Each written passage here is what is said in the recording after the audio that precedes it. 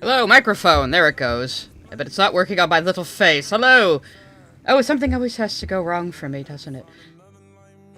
Here we go. Here we go. It was set to voice mod, God damn it. Hello everyone. How are you today?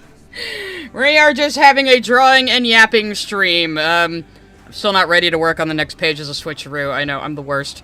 But we're gonna keep doing this, this outfit thing I've been doing.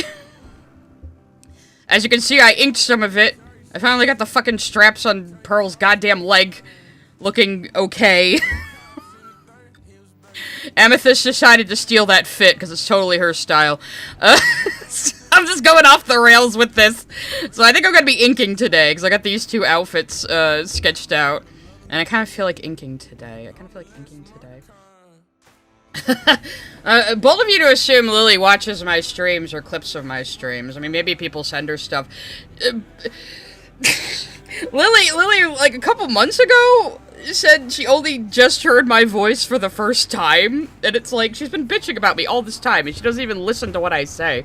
That's really funny. She says I sound like I have, she sounds like I have a stuffy nose, because I kind of do that when I'm being sarcastic. So, I don't know, whatever. Oh, thank you. I am, like, experimenting with my line work again. I'm working at a lower resolution, because I'm doing digital art. And I'm switching more between my hard mode pen and the turnip pen these days, and going over my lines and picking over my lines like I used to. I kept trying to... Oh, they're both having, well, lesbian and bisexual moments over Pearl, respectively. They're both just gonna be like, God damn! I'm not sure exactly what they're gonna say, but... Lily's probably lying. Yeah, maybe. Who knows? Who knows? I mean, we know she doesn't watch anything she comments on. My microphone's peaking a lot today. Maybe I need to be further away from it. But yes, we're gonna talk about a few things before I, Oh. And my now playing is showing the wrong song. This is a Shabuzi song that's playing right now. Why are you not capturing properly? It was kind of fucking up earlier, so that might be part of it. There we go. We're listening to Last of My Kind right now, which I really like. I actually think I like this one better than Bar Song. I think Kaiser has maybe sent me some things. Of course he has. Well, he sent me one for, Oh, for fuck's sake. Oh, God. Okay, well, he sent me one Friday that I didn't notice because he kept saying he's not gonna be at the Friday streams, because it's, like, an absurd time for him over in Aussie land, which is, you know, upside down and backwards from the rest of the world. Oh god, what voice should I even give the dino fucking... Oh, you guys will see it in a second. Okay. Well, we'll do Kaiser's stuff, and then we'll move on to my stuff that I wanted to talk about. We always have to start with the, with the Kaiser fan art corner, of course. This is the greatest song for that. Hang on, let's change the background music. No.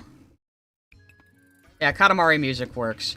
Here I am going, alright, children, gather round and let Auntie Shy share with you some stories from her childhood. And it's just memes. Hey, we didn't have memes when I was a kid. The internet didn't even exist.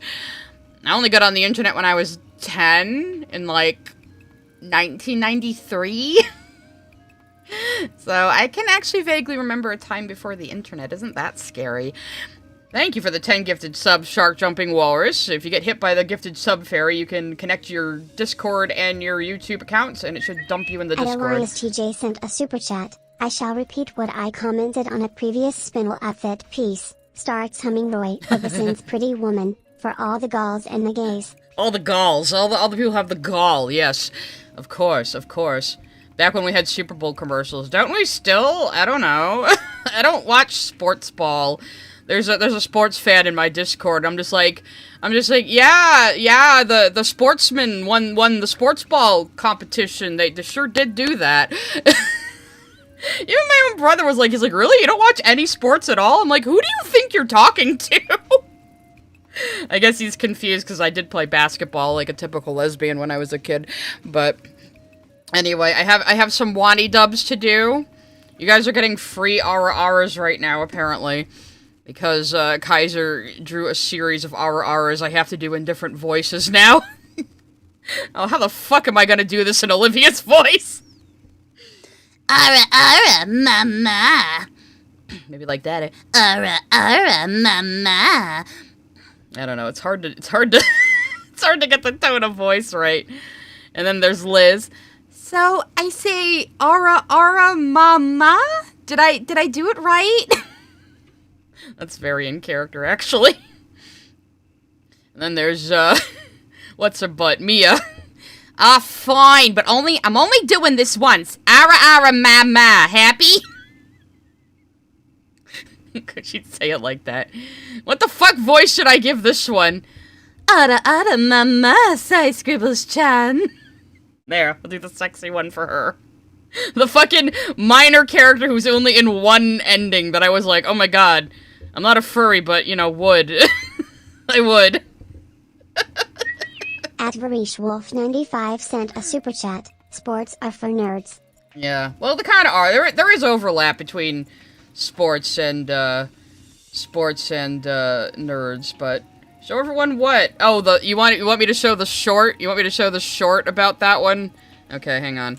There might be some people who are new to the channel who don't know all this Wani nonsense. Let's see. It's an old one, too.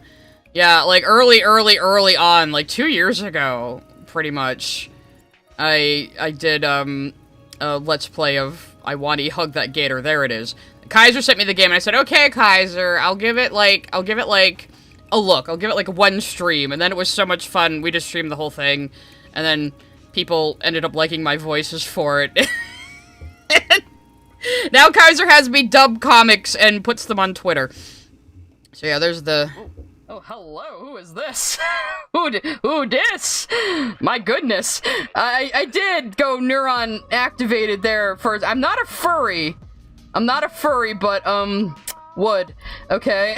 Ah, the potato mic. Remember the potato mic days, guys, when I had my stupid little blue snowball? There's a couple other ones that are funny in here. I made a few Wani, I made a few... Oh, this is my favorite one. This is my favorite one. It's not okay. It's not. Well, even Damien's mad. I can't yell. It's physically incapable of yelling, but I am very sternly angry. Olivia! I can't yell as Damien. I'm gonna write you a strongly worded letter later. You know, Olivia, I am so upset with you. I'm writing a 5-page paragraph about how upset I am in MLA format, obviously. No, wait, I lied. I have another favorite that was just me reading jokes chat was making, and I, like, animated the whole thing myself.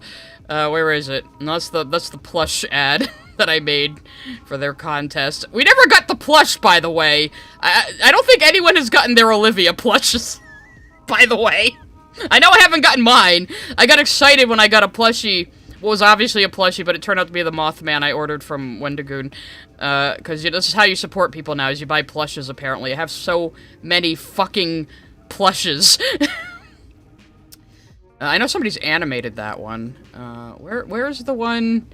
Where's the one about, there it is, here it is. Their whole conversation in the- That's not what I clicked on, that's one of my Uteno ones. What the fuck?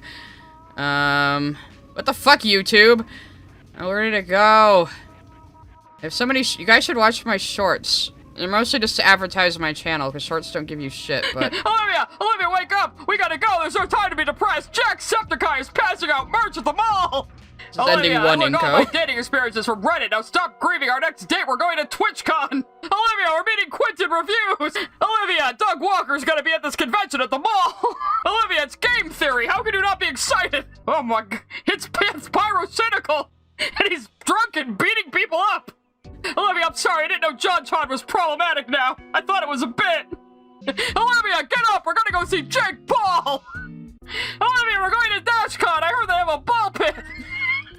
Olivia, we're gonna go meet my favorite Steven Universe tuber, Sai. She's like, you like Steven Universe? That show is so lame. I watched a 2-hour video on it. And that's all in the Let's Play. These are all from the Let's Play. So if you want to watch the Wani videos, this is what you could expect. I'm having fun with this right now, actually. Let's what's another really good one? I made so many. Yeah, this one. Think handbag. That's a weird insult to make in this world. Do we make alligator shoes and alligator handbags still in this world? That seems kind of morbid, actually. Maybe I'm referring to a serial killer. Was Ed Gein a dinosaur in this world? I still can't understand if dinosaurs eat each other in this world. I'm very confused on this point. Is there vor, is what I'm asking. Dangerous question about a furry game. Dangerous question. Oh my god, okay. Oh, maybe I should edit down some more Wani stuff for, like, an anniversary or something. It was the other time I asked that question. I swear I will kill you one of these days. Do we do that in this world? Do we kill and eat each other? Is it like Dinosaurs, the sitcom? Somebody tell me. And again, these are all from the fucking Let's Play. Of course I was ad-libbing the entire fucking time, because that's what I do. And then I know, like I said, I know somebody animated this one. Why are you here by the bar? I wanted to see if they'd give me a mimosa. Olivia, you can't drink, pouty face. I'm joking, jeez. It's like you, Inko, a virgin. Snap! Got him! I think Inko is definitely the one who was hurt the most this night. The funniest thing to me is sometimes when people hear my dubs, they think Olivia and Inko are two different voice actors. I think all my voices just sound like me, but maybe that's just because it's from my perspective. Oh, oh my god. Oh, and the one with Kaiser's art. Hang on. We're gonna watch a bunch of these. All my photos into NFTs, it's really gonna take off! She realizes she needs to break up with him. Olivia, I spent $10,000 on a monkey! I made that fucking Bored Ape, too. That wasn't in the playthrough, I added that later, and this one was great, though. Okay, I'm gonna give my- stop showing the fucking wrong shorts, YouTube! What are you doing? Ah, broken fucking ass website, here we go. It's Egg and Rosie it fucking did it again! No, stop it! What is it, like loading when I go to click on something? See? Okay, I'm clicking on the title. She's wondering why I'm still sitting here next to her. Like a fucking weirdo. I don't think she can see my eyes due to the dim lighting combined with my shade, so how did she know I was staring at her? He must have been leaning over, like, with his face, like, 3 inches from hers, in order for her to know he was staring. I would not be surprised with Inko. She stares at me with a strange sense of curiosity, almost as if she's trying to get a read of me from my face alone. Well, good luck, sister! I kind of accidentally turned Inko into an autistic himbo. I think he's supposed to be more of an asshole, but, oh, I know, Kaiser. Painful looking at your old art, right? I still think it's funny, though. Let's see. Oh, and this one is Damien My Spirit and- So the universe is not about- Okay, it's just gonna keep showing the wrong shorts. Whatever, I'm done with the Wani thing now. We're done. You guys can go watch my I Wani Hug That Gator, series if you enjoyed that. It got kind of off the rails. The voices start out kind of rough, and then they developed as I went along. But yeah, along the way, I somehow just made Inko into a lovable autistic himbo. I think he's supposed to be more of an asshole, but that's what we ended up with. At Scoony the 2 Indies sent a super chat. Apparently all the Super Bowl commercials were AI this year. Ew. Well, maybe we'll save that for like another AI stream if I can get away with watching them on YouTube. At Elias TJ sent a super chat. My poor neighbor. They already gotta listen to me practice singing to political songs from the 40s to 60s.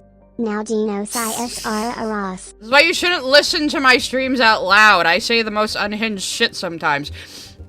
But anyway, other things I wanted to cover today. First, rate my snowman, chat. I was out playing with the dog in the snow earlier, and it was perfect snowman consistency, so I just made a snowman because I felt like being whimsical today. So there he is. I was gonna make him three tall, and then I decided not to. I thought he'd look funny this way. He's just a little boy. He's just a tiny boy. I almost used the dog's tennis balls for the eyes, because she keeps bringing her tennis balls outside, leaving them in the snow, and and being confused why she can't pick them up again when they freeze to the Talking ground. Movie Bubbles B6 sent a super chat. Did you watch the Team 4-star Sailor Moon Abridged? It has the best out of context line they ever did. Forgive me, Father, for I have slayed. I've watched, like, bits of it. I haven't watched the whole thing yet, but I saw that they put up, like, a whole, just one long video of it, so I might watch that. It was like, is Megami 33 in it? Because she had the OG Sailor Moon Abridged. I remember. It was before they even started DBZ Abridged. I fucking remember. Anyway. So, yeah, there's my snowman. I just wanted to show you all that. And then, also, we're going to talk about No Man's Sky. And the update. This got an update today. Sean Murray. Talking Movie Bubbles B6 sent a super chat. Yes. Yes. Is that his name? Sean Murray? I think it is. What he does before each update is he tweets out a single emoji. And that makes us all go crazy trying to guess what it's gonna be. So he tweeted out a safety vest this time. So of course we're all speculating. Oh my god, what's it gonna be? What are you sending me, Kaiser? Is it the animation? Why are you here by the bar? But it opened in the fucking wrong goddamn thing. Okay. We're not reacting to much today, Jade, and I'm talking about a few things, and then I'm just gonna draw. Here we go. Here's the animation somebody did to that short. Why are you here by the bar? I wanted to see if they'd give me a mimosa. Olivia, you can't drink! Joking, jeez. It's like you, Inko, a virgin. That's good. That's a good one. I like it. Anyway, back to No Man's Sky. So anyway, if you don't know, I'm actually a No Man's Sky launch player. I'm a robot. I'm a robot in No Man's Sky. I like to make myself look like I'm kind of old and falling apart. Because I have actually been playing the game since 2016, believe it or not. I am one of the original adopters. I have the title that only OG players get. My name is literally just Psy in the game. Just Psy. I'm that early. So, I mean, I mostly... Talking Movie Bubbles B6 sent a super chat. So, who's your favorite Sailor Guardian? Maya Saturn. Mercury, it's always been Mercury. She's my fave, just because, I don't know, she's cute. But yeah, so I'm just flexing a little bit, because this is like the only game I can brag about being like a big dick high level player in. So, yes, I'm a robot. But yeah, so, like, early on, I would play kind of on and off, because, yeah, the game was a little disappointing when it first came out, but I still played it for, like, 40 hours. I still liked the original, pretty well. But then I kind of fell off, and then they introduced base building, but you could only build bases in set locations at first, and then I kind of fell off again, and then they let you build bases anywhere, and I've kind of been with the game pretty regularly since then. So I've been playing this game for, like, fucking 10 years. I really have. So I just wanted to gush about the update, because I think this weekend or Monday we'll do another No Man's Sky stream. I do No Man's Sky streams very sporadically. I mean, I kind of do game streams a little sporadically, too, but especially No Man's Sky, there's no set schedule or anything. I just do them when I feel like it. So, tomorrow I want to do another playthrough of No, I'm Not a Human, because I know the rules now, and I know the secrets now, and I think it might be a fun contrast to my blind playthrough. And I just really liked it, so I actually kind of want to play it again on tomorrow night, and do another run knowing shit. And then we'll vote on some more one-shot games. I'm probably not going to finish Who's Lila. I might just watch videos. I mean, it was fun. It is fun. It's very interesting, but I don't like ending grinding. I just don't like doing ending grinding. I lose interest, you know. But it was very, very interesting, and I did enjoy playing it. So yeah, we're gonna do more human tomorrow, and then of course I have the weekly Friday stream now, and on Thursday you guys are gonna get to vote for what we talk about on the Friday stream. I got 3 things for you guys to, Oh, I don't remember the Internet Historian video. I really don't. And that's the funny thing about No Man's Sky now, is people always ask me, well, how do you start? What's the tutorial like? And I'm always like, I haven't played the tutorial since launch, and it's completely different now. We don't even have the same elements in the game anymore. Actually, across the room from me, I have a laminated poster that came with the pre-order edition of all the elements in the game. Almost every single one of them is different now. And that just makes me laugh. But yeah, Remnant just came out, so we get construction trucks. We get to do construction things and waste management, which I know doesn't sound exciting, but it kind of is. So there's a gravity gun now. In fact, let's just watch the trailer. Introducing No Man's Sky version 6.2. This is a free update. A new gravity gun allows players to uncover and salvage hazardous waste. And you can get Featuring spider new legs on flatbeds, your vehicles trucks, now. and haulers. This makes salvage more Clean up the fun. planet alone, or join a salvage crew with friends. Definitely going to be playing the Carefully haul expedition. valuable salvage and dangerous waste across the planet with an array of new vehicle types. So used for Explore Gravitino dangerous balls, worlds finally. and salvage Makes them wrecks. more worthwhile to get. Choose from flatbeds, incinerators, tank tracks, and spider legs. No, it really did get the glove of the century. The game is more than they ever originally promised now. Like, it's to the point where, like, begging them, please, sell us cosmetic DLC. We want to give you money, Hello Games. I don't know how they sustain themselves other than, I guess, sales of the game. Or maybe they're, like, selling the data from people exploring a 2-scale galaxy. I don't know. But we're all like, please let us, like, pay you money, Hello Games. We really, you've done enough. It's better than you even ever originally promised us. You know? So, I'm trying to No Man's Sky pill you all. It's one of those games, though, it's one of those crafting exploration games you really have to make your own goals and make your own fun in. But if you like games like Minecraft and Rust and stuff, you'll probably like it. Yeah, it's like, this is the kind of, like, live service other game companies wish they made. But they don't make you pay for any of the updates. So, it's weird. It's like a live service game, but you don't pay extra for anything. You just pay for the game once. So... Here's what we got. You can customize the vehicles now. You could recolor them before, but now you can really customize them, which is cool. You can put spider legs on them, which is also cool.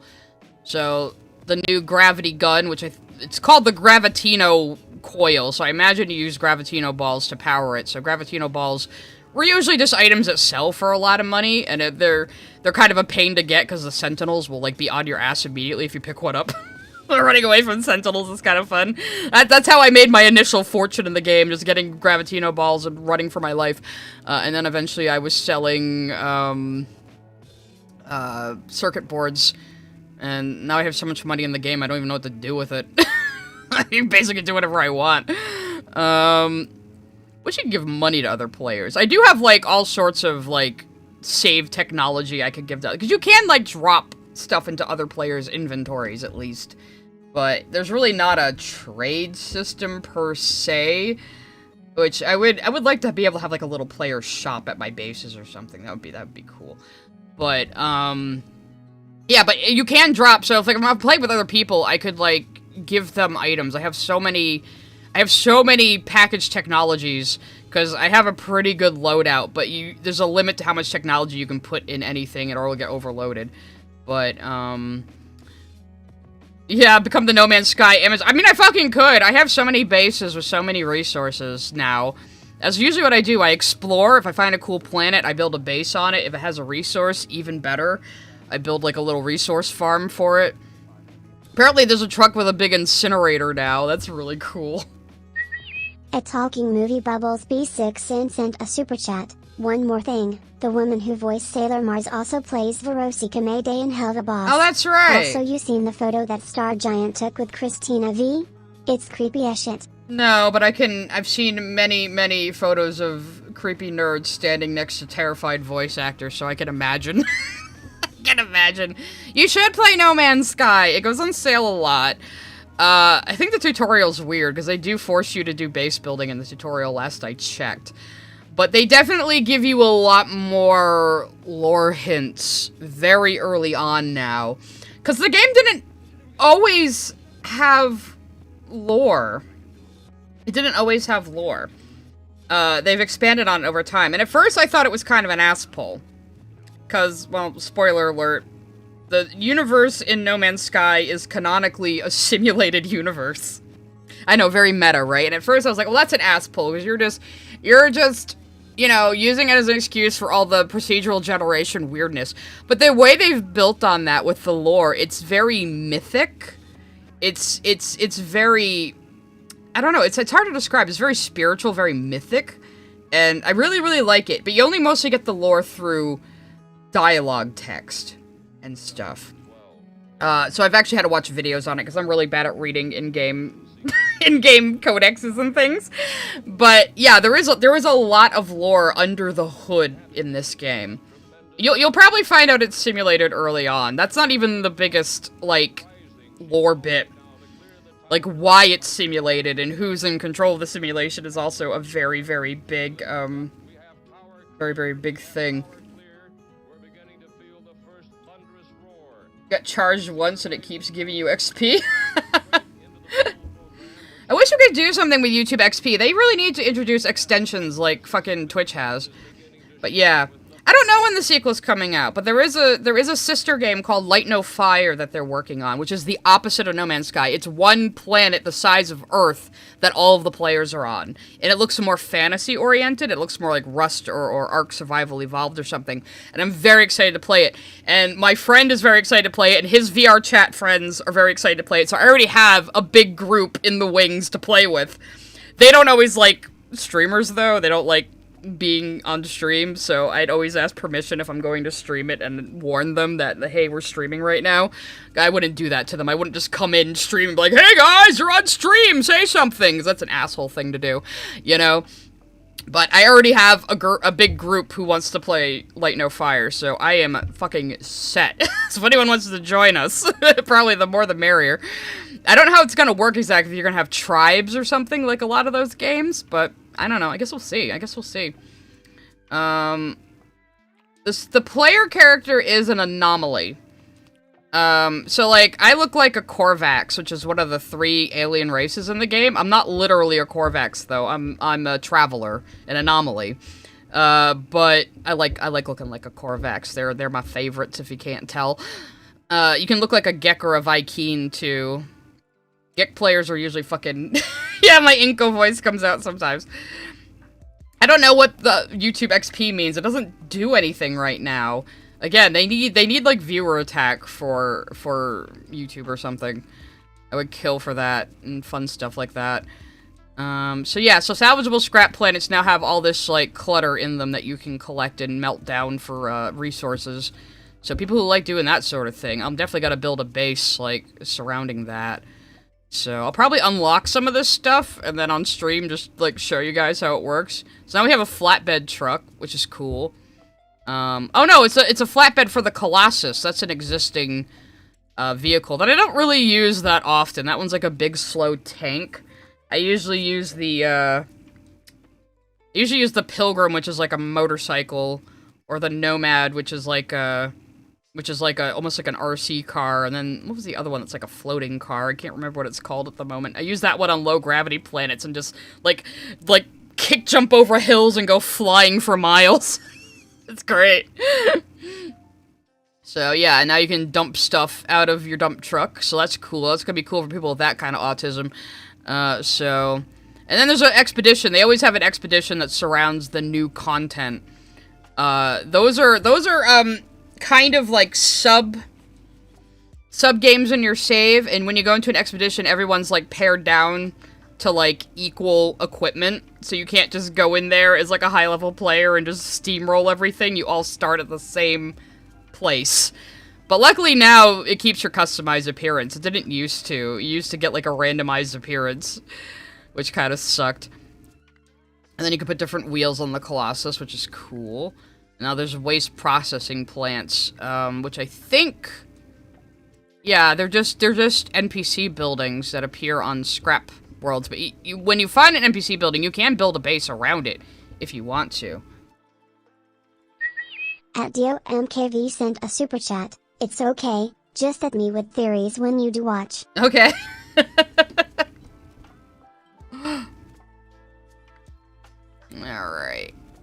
So yeah. I will eventually watch the other endings of Who's Lila, because it was very interesting. And then yeah, this is the new armor you get from the expedition, which is why I'm gonna play it. I hope this chest piece is separate from the coat. I really like the coat. I don't want the chest piece. But if this is like a full set of armor, it's probably chest piece, torso, pants, gloves, boots. Cause like I mix and match mine. Like that's a separate top with the chest and the arms, and then I use autophage, robot limbs and torso to make myself look like I've lost my casing, just for role playing. But yeah, that coat's pretty fucking cool. So I might want that coat. So that's your reward for finishing the expedition. You get special items from expeditions, and apparently you can capture sentinels now and fling them away. This is going to be very useful at one of the fucking settlements I have. This is full of very aggressive sentinels who will shoot me on sight if I don't use my invisibility cloak. Oh, and I think they've made it so other players can decorate your Corvettes, which are the custom ships they introduced last time. So you can go put potted plants around your friend's ship. That sounds fun. And there's different finishes for the paint now. So you can make it look weathered or something. Let's see. Well, that's just a normal mining laser, it sounds like, but whatever. What the hell is that? And then there's a mounted furnace on the fucking Colossus you can put in, which is neat. This burn shit. Okay. And there's new titles you can get. Loadmaster, Hazmat Specialist, Big Rig, Plowman, Rusty. So yeah, there's the new parts for the vehicles. Oh, and there's going to be Twitch drops, so if I do stream it, I'll definitely turn on the Twitch drops. So, and I guess these are all the things you can get in drops, which look like posters and materials from other expeditions, which is neat. You can have 6 custom outfits now that you can actually name, which is fucking great, because Settlement call it Hazmat Hotel. Well, settlements are different than bases. Settlements are like, predetermined spots where NPCs are building a town and you kind of do a little bit of town management. It's not very complicated. I hope they kind of expand on that in the future. But, and yeah, and you can add spider legs to your vehicles now, just because, why not? Why not? That's cool. And then you have a new horn gesture. So you can go honk at people. That's cool. And then improve the clouds again. And now you have Corvettes on Switch. So Nintendo Switch players, you can finally build Corvettes! I think the Switch players are the only ones who aren't in multiplayer with everybody else, unfortunately. Because believe it or not, this game has the most incredible crossplay. Players on Xbox, PlayStation, and PC are all together.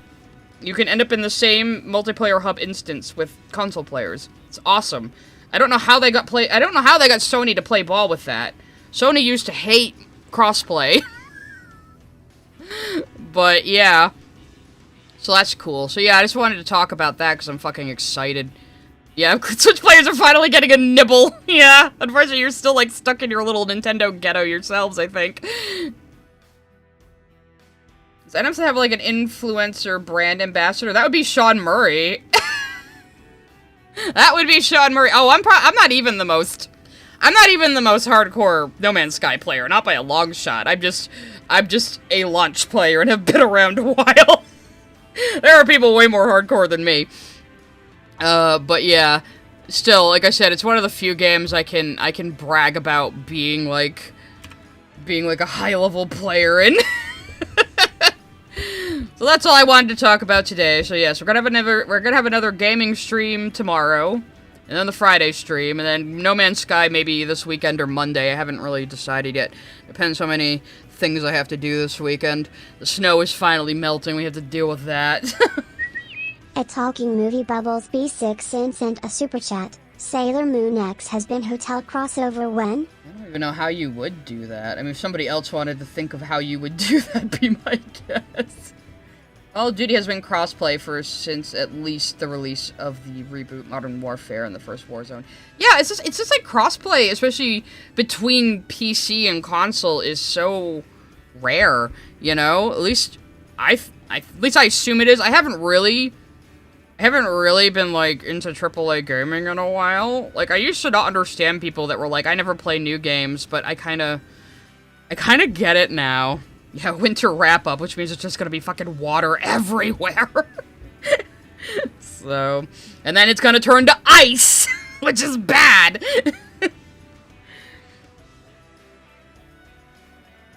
It's gonna get warmer and warmer and warmer, but it's still gonna, like, freeze shit overnight. A few people have wanted me to play the Poppies. Maybe. I haven't had that much interest in it, but, I mean, it's not gonna scare me. You guys should know that by now. It takes a lot to actually scare me in a video game. Winter wrap-up, winter wrap-up. Is that how that goes?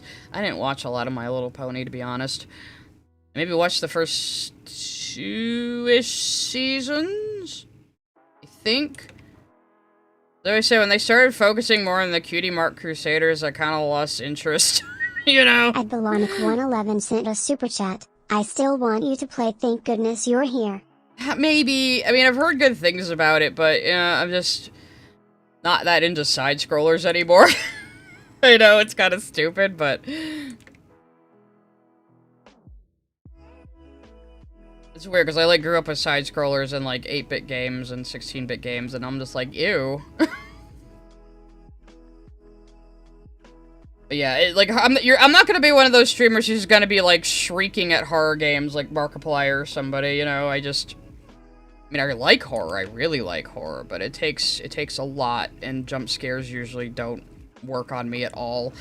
So, it's so funny when my friend brings me to horror maps in VR chat. He's a big weenie, but he's always trying to bring me to a horror map to see if it would scare me. He just ends up getting scared himself. I think there was one where we, like, literally had, like, a monster, like, catching us and screaming in our faces, and I didn't even react. Blue Blader Bot sent a super chat. I don't know much about Lily Orchard. Apologies for being off topic, but I get the feeling she would unironically love Sonic Crew and defend its shittiness. I doubt she would love it, but no, don't worry about being off topic. This is just one of those streams where we just kind of yap and I draw. Miss Jasmine 305 sent a super chat. I got really lucky this year. Oh. Even with the snow we got, my basement didn't flood at all during winter. Peace I am sign emoji. So happy I don't have a basement anymore. I have experienced basement flooding, and it's terrible. I think Kaiser did draw fan art of that, too. The time I waded down into 4 feet of water in the basement to save my PlayStation 2. Yeah, my priorities were in order. I still have that PlayStation 2, and it still works, by the way. But yeah, sometimes a basement is more fucking trouble than it's worth. It was a finished basement, too. It got all ruined. It was awful. Basically, we had a crack in the foundation, and the sump pump didn't keep up, and we were kind of in an area with, like, really bad ground saturation in the first place. It was just fucking terrible. Now, one of our friends at the time did take much joy into tearing apart the couch we had down there with his bare hands when we were clearing everything out.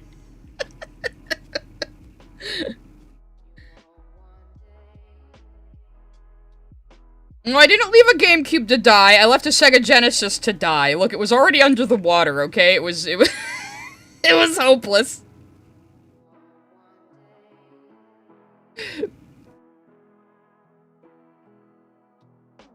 Swamp living, leave it to the frogs, yeah. No, groundwater can fuck you over more than you think.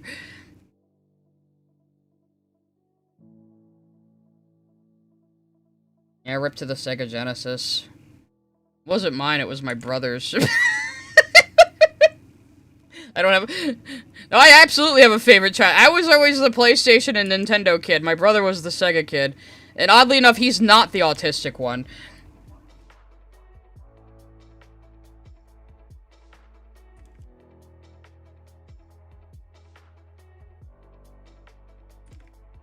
We did play a lot of Toe Jam and Earl on that thing, though. Fond memories, fond memories.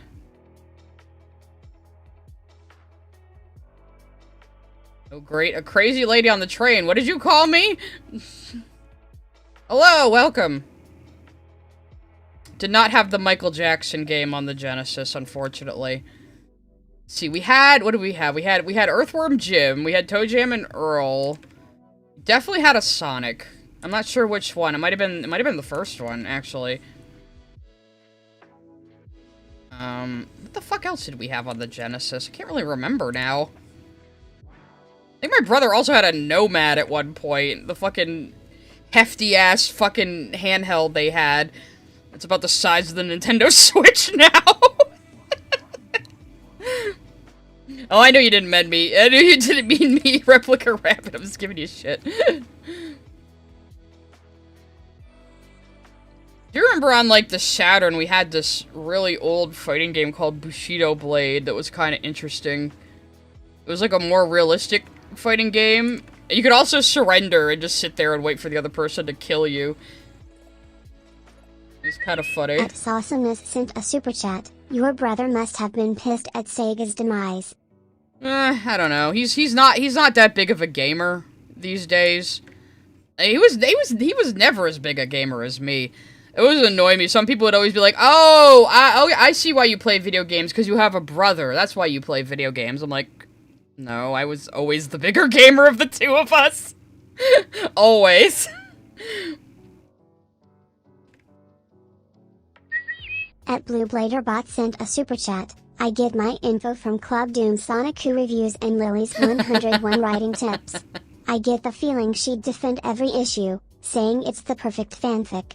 I don't know. Club Doom's pretty fucking funny. I know my Chris lore. I don't know. I don't think Lily would say anything about Chris Chan, to be honest. I don't know. Other than maybe, oh, people just bully Chris because autistic and trans, even though shit started way before that. A Talking Movie Bubbles B6 sent a super chat. Speaking of Earthworm Jim, the creators is pro MAGA. Yeah, I know, but it was like one of the hot games back in the day. Can you blame us? We were children! And I don't think he'd gone politically crazy yet. I mean, he probably was already crazy. Let's be real. But, yeah. I think it's just the guy who invented the character, so that's not to say about the game makers or anything, you know? I hate when that happens. Like, people, like, oh, this game is adapting something from a problematic creator. That means every single person who worked on it is problematic. And it's like, could you just, like, fucking relax? Was it Dan Castanella? Huh. I don't think I ever knew that. I didn't think about voice actors as much when I was younger. Elias TJ sent a super chat. Andy Sai, how does one suppress their desire to go full autismo on typography on a group project? Especially since we aren't gonna even be graded. Why would you suppress that? Go full hog! Why not? Typography is fun. No, I say pour all of your autism into it. Why not? Something you enjoy, right?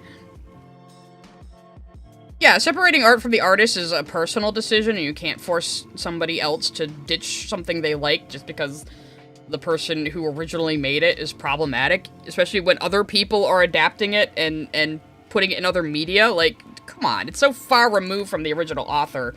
It's like the Hogwarts Legacy shit. It's like, yeah, okay, bullying random, like, English second language female streamers for playing a fucking video game is definitely helping the world, you fucking assholes. Scream 7 boy? What's wrong with the Scream people? I never watched Scream, to be honest. I don't care. I did see the trailer before Iron Lung. And it's like, oh good, we're bringing back aged actors in an unnecessary follow-up again. Yay. I'm watching this as I'm sitting there waiting to watch, like, a completely self-funded indie film that is fresh and new. and doesn't hold the audience's hand or Marvel talk at them. Iron Lung was good. You should go see it. Go support independent art. And Marky Moo is like the most unproblematic creator ever.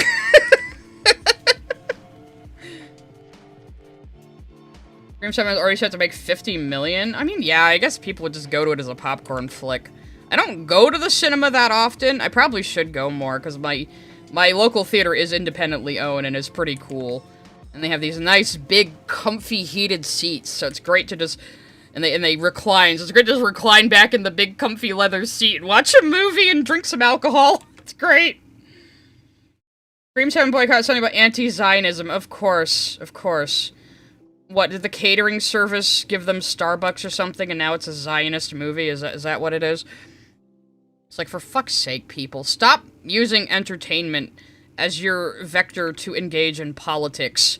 Just actually engage in fucking politics if that's what you want to do. They can't because they're midwits and cowards, and they can only do it autistically through the shit they watch. I'm so annoyed. I'm a little fired up today! Oh, it is an awesome movie theater, Space Frog, because, like, when I was a teenager, that place was, like, the shitty theater we went to, because we didn't feel like going to the city.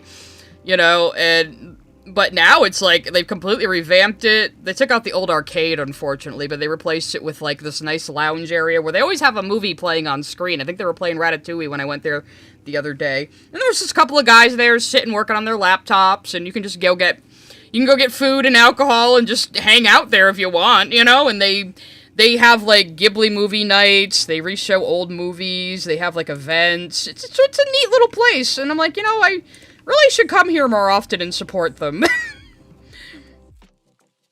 Yeah, let's go see Iron Lung again. Fuck Hollywood.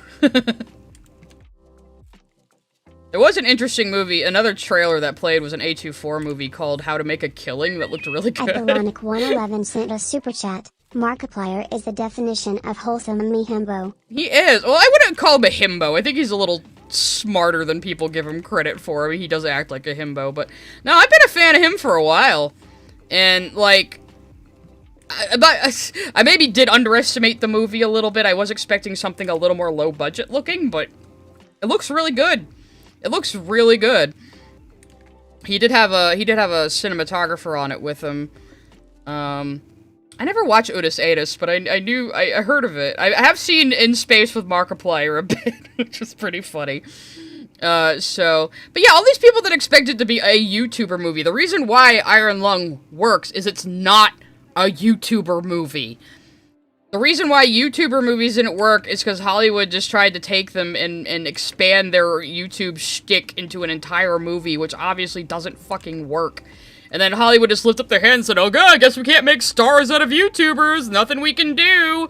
And then he comes along with this self-funded movie, and everyone's like, these fucking YouTubers thinking they can be real movie people. And it's like, well, he fucking ate your lunch, didn't he? I would like to not remember Fred. I would like to erase Fred from my fucking consciousness, thank you. Yeah, I actually thought David, Semensky worked on the script with Mark, but apparently he was mostly just consultation, and Mark wrote the whole script himself. I was pretty impressed, actually. So... And it is pretty faithful to the game, because it all takes place just in the sub. You don't see the outside world very much. You get glimpses of it. And of course there's other characters, because there fucking has to be. You know, even though he's mostly talking to himself most of the time. But, like, there fucking had to be other characters for a movie. Like, you know, that was... But the way it was handled was pretty interesting. I did catch up on the lore and watch his Let's Play before I went to see the movie, but you don't have to. I just was personally interested to see how he chose to adapt it. Because that's how I watch movies. I don't just watch movies. I'm looking at the set, I'm looking at the costumes, I'm looking at the lighting, I'm looking at the shot composition, I'm paying attention to the script, you know? Bot sent a super chat. What was your favorite Club Doom video and favorite song? I like Usurper 1 and 4 and all his vids are really fun, be they ABT Lolcats or NBA Jam 50. I actually didn't know he made songs. I think I've only really watched his Chris Chan stuff. That sounds bad, doesn't it? Maybe I should watch more of his things. What's up, Cosmic Wooloo? We're just kind of gabbing today. We're just gabbing while I draw. I was just talking about Iron Lung again because I'm singing its praises. And like I said before, I would tell you if Iron Lung was a bad movie. I would tell you if it was shit. The only thing I will say is it's obviously a product of its limitations. But I wouldn't even say you have to, like, temper your expectations. It's just a solid movie. Though, I did see an interview recently where he said he shot it in chronological order, which usually is pretty inadvisable, but that does explain why the acting is a little awkward right at the beginning, but then he really falls into it, and yeah, then it's fine. But at first it's kind of like, oh yeah, that's just Markiplier. And he had a few line reads that just made me hear, "Hi everybody, my name is Markiplier," you know? It's like, okay, it's not a little too much like yourself there, Mark, but no one would notice if you don't watch him. Master Clockwork sent a super chat. I'm so meh about gaming right now, all I want to play is Stir. It may not be the best game, but I'm entertained. I'm just playing European indie games these days, you know? At BigCharl3240 sent a super chat. I'm sad that the Scream 2022 and Scream 6 directors aren't working on Scream 7, but I'm glad they're back to direct the Ready or Not sequel. Oh, I've heard of Ready or Not. I've never seen it. And I don't watch a lot of those, like, popcorn horror movies. They just don't interest me because they're not really horror. You know, they're just kind of not. So, Spec Ops The Line recorded the lines of the main cast in chronological order. That's interesting. Actually, you know, I did try to stream Spec Ops one time because I know the twist of it, but I wanted to see how it plays out, and I never finished because my friends were bored of it. But maybe, I mean, I have it, so maybe that's one I can try to stream again sometime, because I never really got to the twist part. But, yeah, I know the twist of it. It is a bit of a bog-standard shooter, but it's supposed to be. And, I would be interested in trying to play it again, maybe sometime. You think Iron Lung should have been 15 minutes shorter? Maybe, but I don't know. The part in the middle people complain about where he's navigating by himself and plotting out the map of the ocean, like, and expanding on it, I think is actually kind of important, you know, especially for the finale. But I don't think there's much wasted time in Iron Lung, personally, but you have to actually, like, pay attention to what's happening on screen and pay attention to the dialogue, and I think some of these fucking reviewers are scrolling on their goddamn phones because they're like, this is a YouTuber movie, I don't have to fucking actually pay attention, you know. You sent me a vid summarizing Unus Annus? Thank you. Might be interesting to watch. Spec Ops was delisted recently? Really? You should watch Are You Afraid of the Dark? You should. It was very corny, but I grew up with that one. Well, I have iron lungs when flesh lungs work better. Well, you have an iron lung when your flesh lungs don't work. That's just the nickname of the submarine he's trapped in, because it's a fucking rust bucket. And he's sealed in there just like the fucking Ocean Gate sub. It's actually bigger than the Ocean Gate sub on the inside, though. Mark did have some aura in that movie, he did, but like, even he was saying, in one interview with, Slate I watched, yesterday, he was saying he sees the people saying, like, oh, written, directed, starring, and people are like, oh, this is an ego trip, and I was just like, well, who else is gonna do it? I don't have anybody else!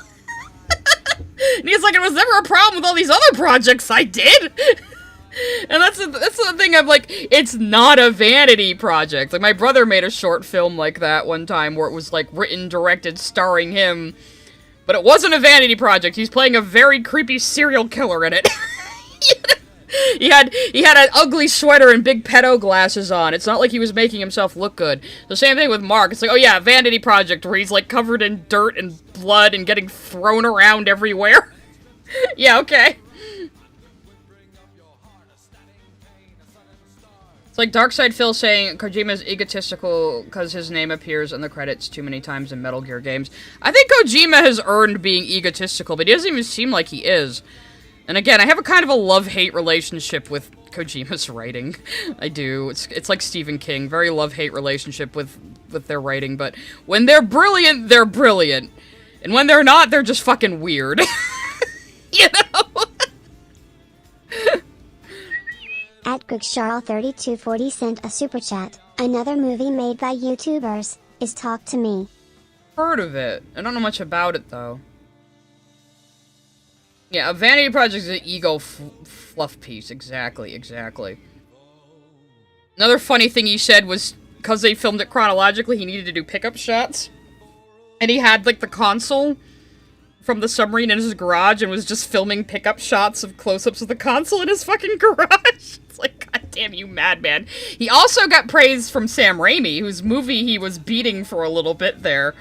And I was like, well, of course Sam Raimi would praise him. Sam Raimi's the man who made Evil Dead.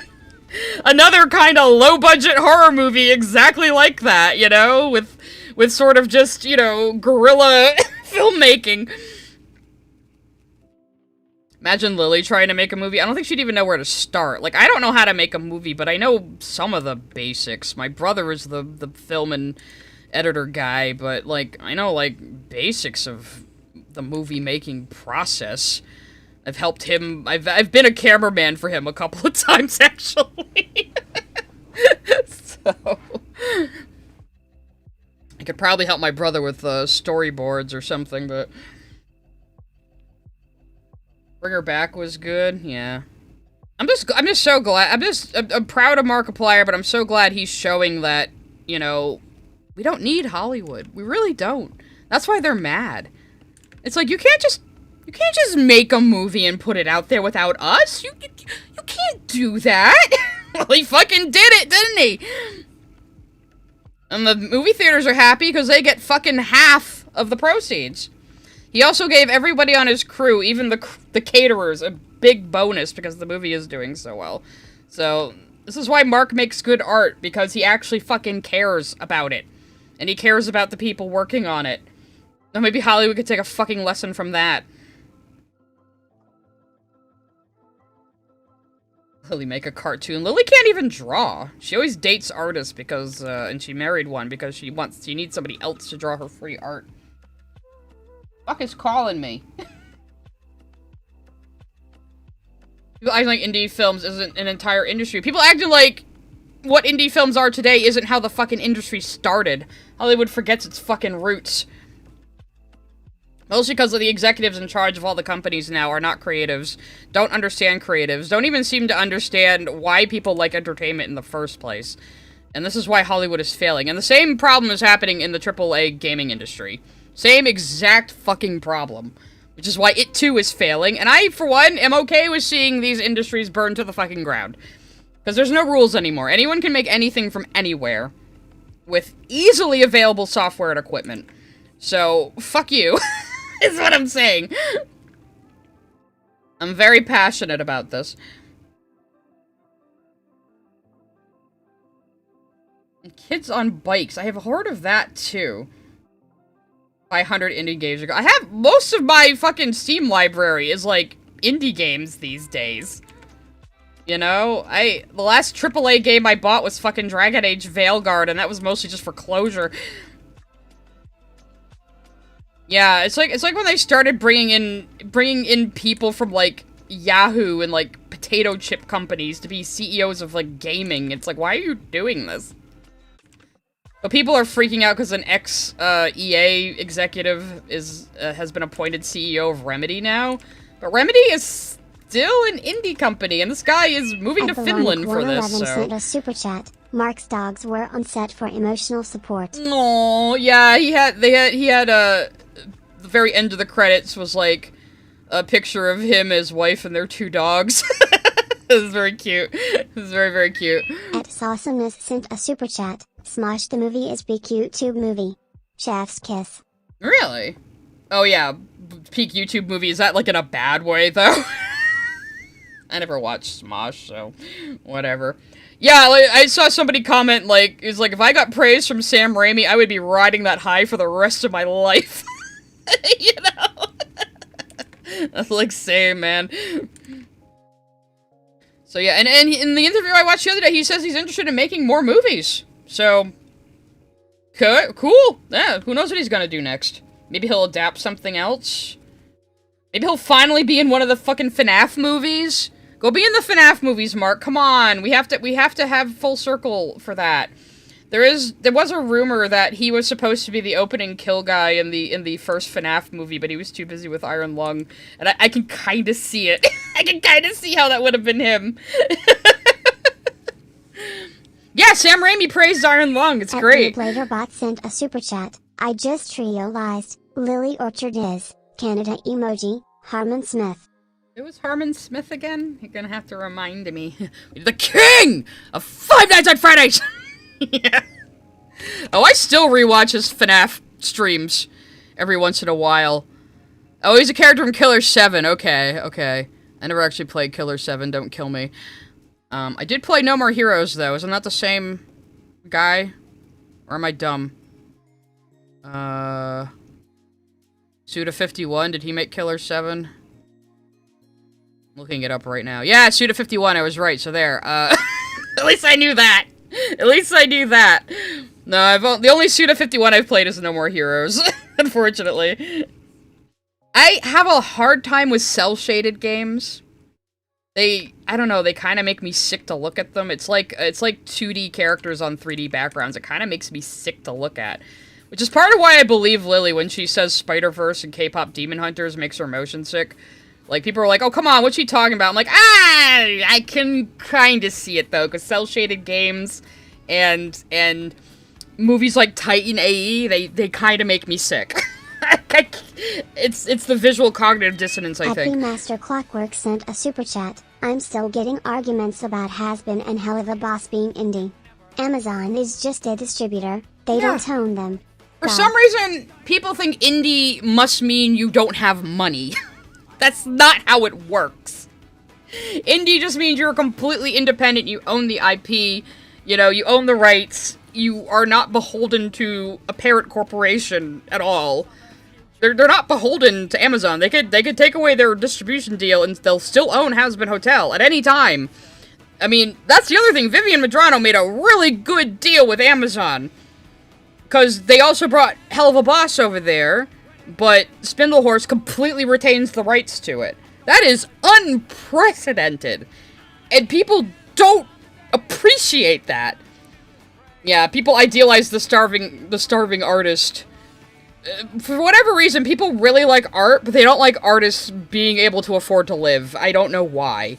They're just like, well, you enjoy doing it, so you should do it for free. It's like, well, why is my labor worth any less than, like, a mechanic's labor, or an electrician's labor, or any other services you purchase, you know?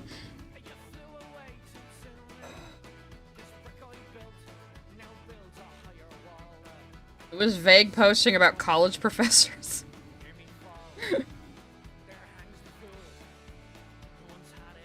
Yeah, like, I don't get motion sick that easily. I do get car sick if I try to read in the car, though. It's really weird, because, like, I can do VR, I love roller coasters, but I can't fucking read on an airplane or in a car, or I get fucking motion sick. I don't understand how it works either.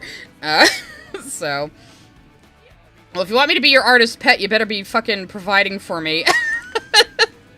Like old days when artists had patrons. Oh, thank you. Nah, I've been saying lately, I kind of just have to accept CG Spinel is morphing into an OC at this point. It was bound to happen. It was bound to happen.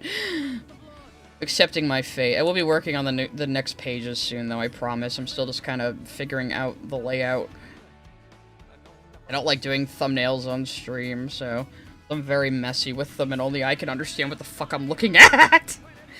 It is nice, though, to see that there's a lot of Steven Universe AUs still going on, though. Like, White Diamond, Spinel is still going on. There was one I was following a long time ago that just came back, where it's like, the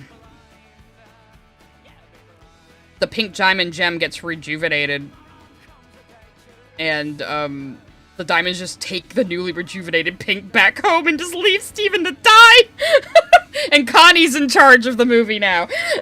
So, Spinel would win, because canonically Spinel can do anything as long as it's entertaining.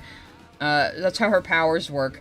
So, let's look at my headcanon. I don't even think it's a headcanon. I don't think Spinel even shapeshifts. She doesn't need to shapeshift. Her body can just do things.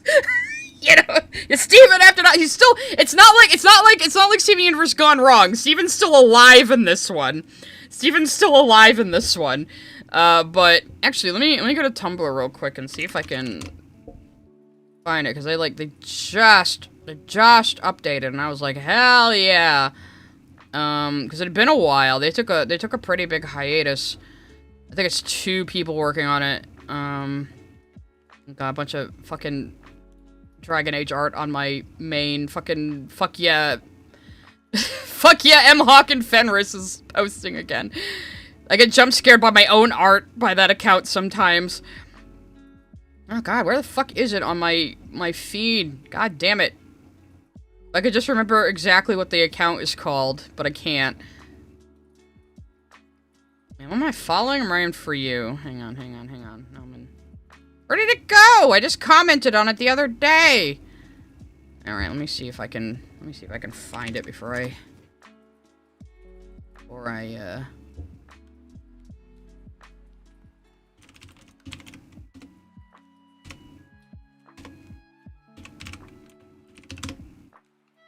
No, that wasn't it. Fuck!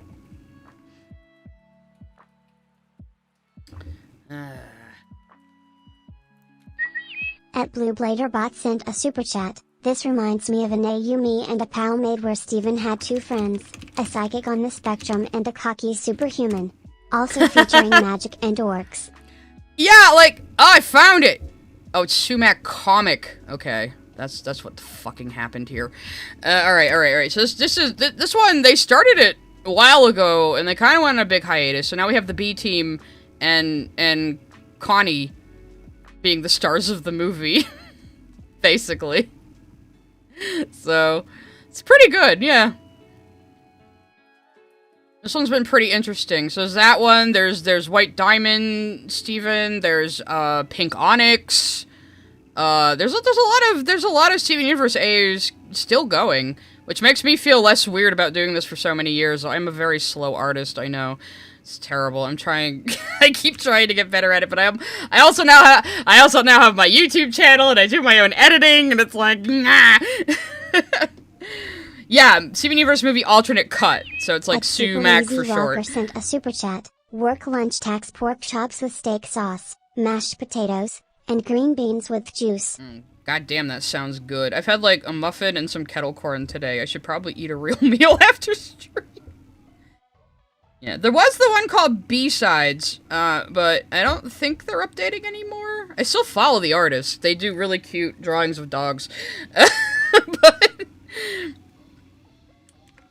I mean, there's a lot of artists who, like, I started following them for some completely different fan art, and I just keep following them now because I just like their art style, even if they're doing fan art of things I don't know, or they're doing original work.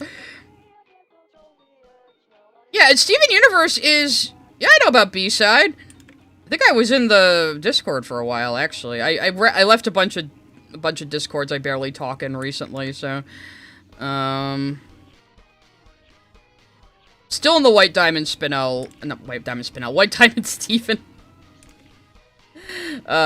Discord. I just don't talk in there very much anymore because I have my own Discord and I've been so fucking busy. But you can always contact me there, too. Like, all the AU artists are basically in the White Diamond Steven Discord. We kind of joke it's like the unofficial, like, convention of all the AU artists. Pretty sure I got Creep for the pink Onyx one to join a while ago. But yeah, there's a few. I actually have to catch up on White Diamond Steven. I haven't been reading it lately. I used to read it like every update, but I kind of fell off just because, again, I got so much of my own shit to do right now. I'm having trouble with this hand. Silly Sigh makes Creepy Lily cry. Yeah, that's what I'd do. I'm still bitter she didn't do her Animal Farm video. I was looking forward to that, to just something new and different, since she did Hazbin Hotel again. That's why Siastor looks so over it in the fucking thumbnail. I was like, ugh, this isn't what I wanted, Lily. It's not what her $10 patrons wanted either, but she's just gonna go, oh, $10 patrons, vote between these topics. And then they do, and she goes, nah, I'm not gonna do any of them. It's like, what's the fucking point? You make them pay $10 just to vote for video topics, and then you don't do them. I don't give a shit about hoppers, but I've never been that big of a Disney Pixar fan anyway. I know a lot of people think that's weird because I'm an animation fan and I don't really like Pixar that much. But, that's right, they're making a new Narnia. Ugh. Maybe it'll be better than the movies. I mean, actually, The Lion, the Witch, and the Wardrobe wasn't that terrible. I like Tilda Swinton in it, at least. From what I remember, the kids were just kind of okay. But, Yeah, they really fumbled those Narnia movies. I mean, I don't think Narnia is terribly easy to adapt. You know, it is kind of disjointed. From what I remember, it's been a long time since I've read the books, though, so maybe I'm just talking out of my fucking ass. But apparently, I know I've seen some rumblings that they're not even gonna follow the plots anyway. But then again, it's like, which book are you adapting? Are you just adapting them all at once? You know? Oh yeah, the Prince Caspian movie did really poorly, didn't it? The lion is Jesus! Did you know the lion is Jesus? Now, the Narnia books are pretty good. I remember liking The Lion, Witch, and the Wardrobe and The Magician's Nephew a lot. Barely remember anything about the last book, to be honest. I still have them somewhere, I think. Unless I sold them. Oh, wait, no. No, there they are. Yeah, I have them. I could reread. One of my New Year's resolutions was to try to start reading books again. I haven't read books in a while. It's like I don't have the attention span for them. And I don't really know why. Well, I'm gonna try to read, like, The Last Unicorn. I bought that a while ago, saying I'll definitely read it, and then I didn't. So, maybe I should start trying to read books at night in bed again. The only time I've ever fallen asleep with the lights on is when I'm reading a book for some reason. I don't know why. Maybe it just kind of lulls you. I'm a slow reader, too, is the thing. But once I do get in the groove, I kind of like... The book turns into, like, a movie in my head, you know? There's a lizard cultist? Where? Behind me? No, I've heard good things about The Last Unicorn book. I mean, the movie is the first movie I can ever remember watching in my life. I have very distinct memories of my grandma pulling me in a little red wagon down to the video rental store so I could rent The Last Unicorn. Yeah, I've seen the Neverending Story. I've actually read the Neverending Story book, actually. I would recommend the Neverending Story book. It's very interesting. The movie is like only half of it, actually. The other half in the book is Bastian, it starts using the Orin to rebuild Fantastica. But every time he makes a wish, it takes a memory from him, and he ends up becoming like this horrible little boy tyrant, and Atreyu has to fight him. It's crazy!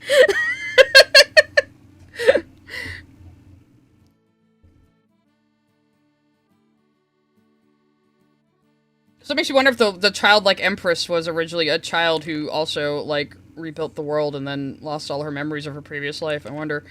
But yeah, the book is definitely worth reading, and it's pretty different from the movie. It's a lot grungier. I've seen Labyrinth. Of course I've seen Labyrinth. I only saw it as an adult, though. I never watched it as a kid. I regret to inform you, I'm pretty sure the horse still dies in the book. So, yeah. Well, yeah, okay, they did adapt that part in the second movie, but they didn't make it anywhere near as hardcore as it gets in the book.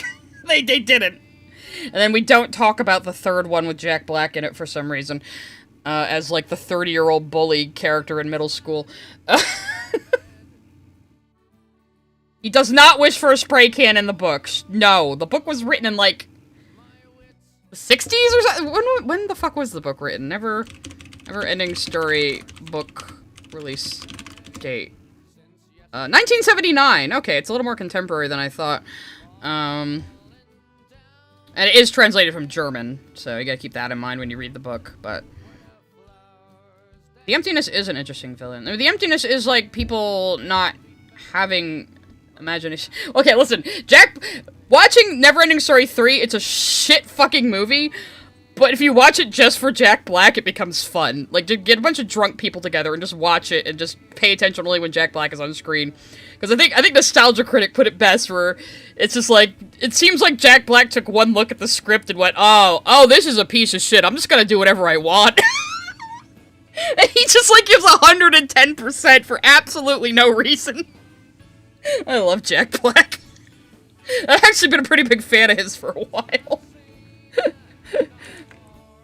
I mean, he's been in some shitty fucking movies, but when he's funny as fuck. I love him as a voice actor too. I love him as Po in the Kung Fu Panda movies. I always had faith in him being Bowser in Mario. Yeah, but the first movie is like a serious adaptation, and the other two movies were made for like money, and you can tell, you can fucking tell. But yeah, like I said, the second half of the book goes way more hardcore than the second movie. Like Bastion literally becomes like a horrible like tyrant. It's great. Yeah, like even when Jack Black is in a shitty movie, he's often entertaining. But yeah, he's been in some real fucking crap.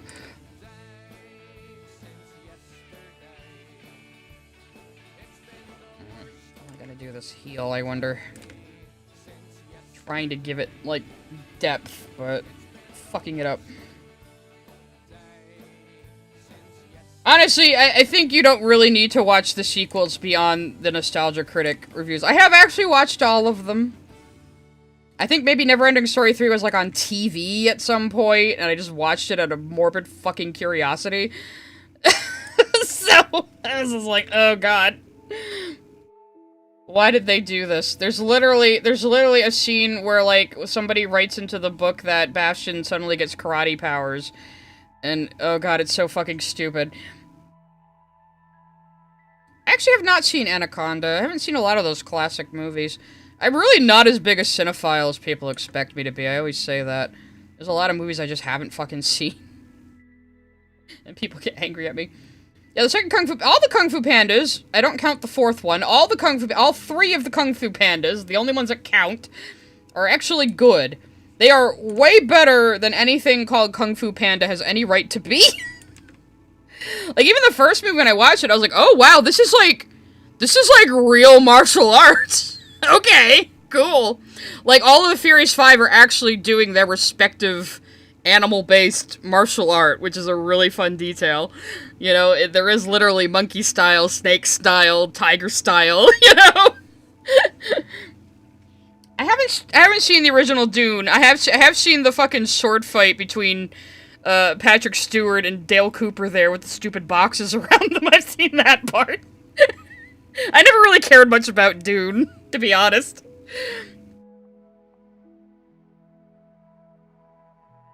Wait, what TV show? Was there a Never-Ending Story TV show?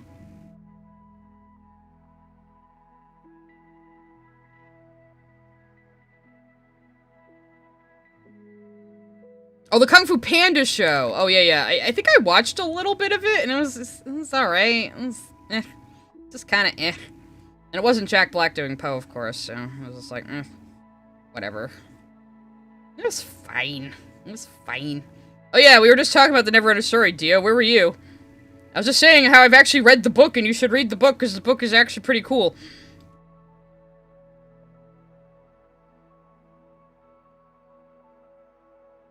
I'm sorry about how I kind of want to try to read books again this year. Amir Talai was Crane in the show? That's great. I didn't know that.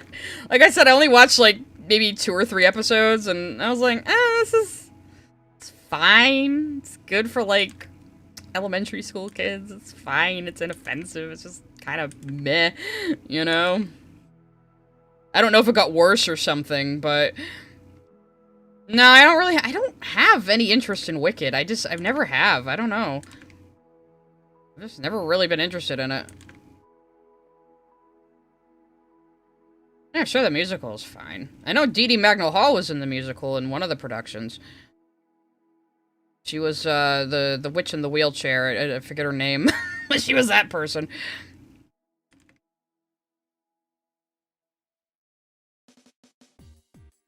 The show had weird lore. It has an episode with Tai Lung's brother.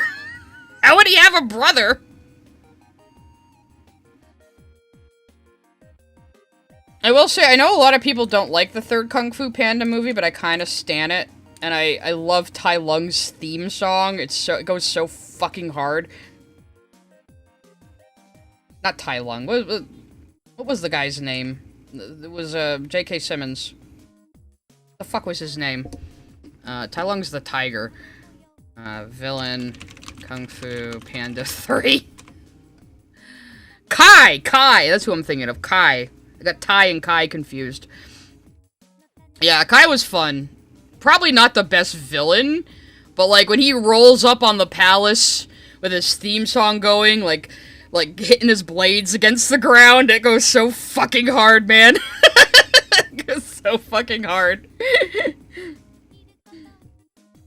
I even liked the subplot with Poe's biological father. I liked all of that. I liked the bio dad and the goose dad having their little dick measuring contest. That was fun. That was cute.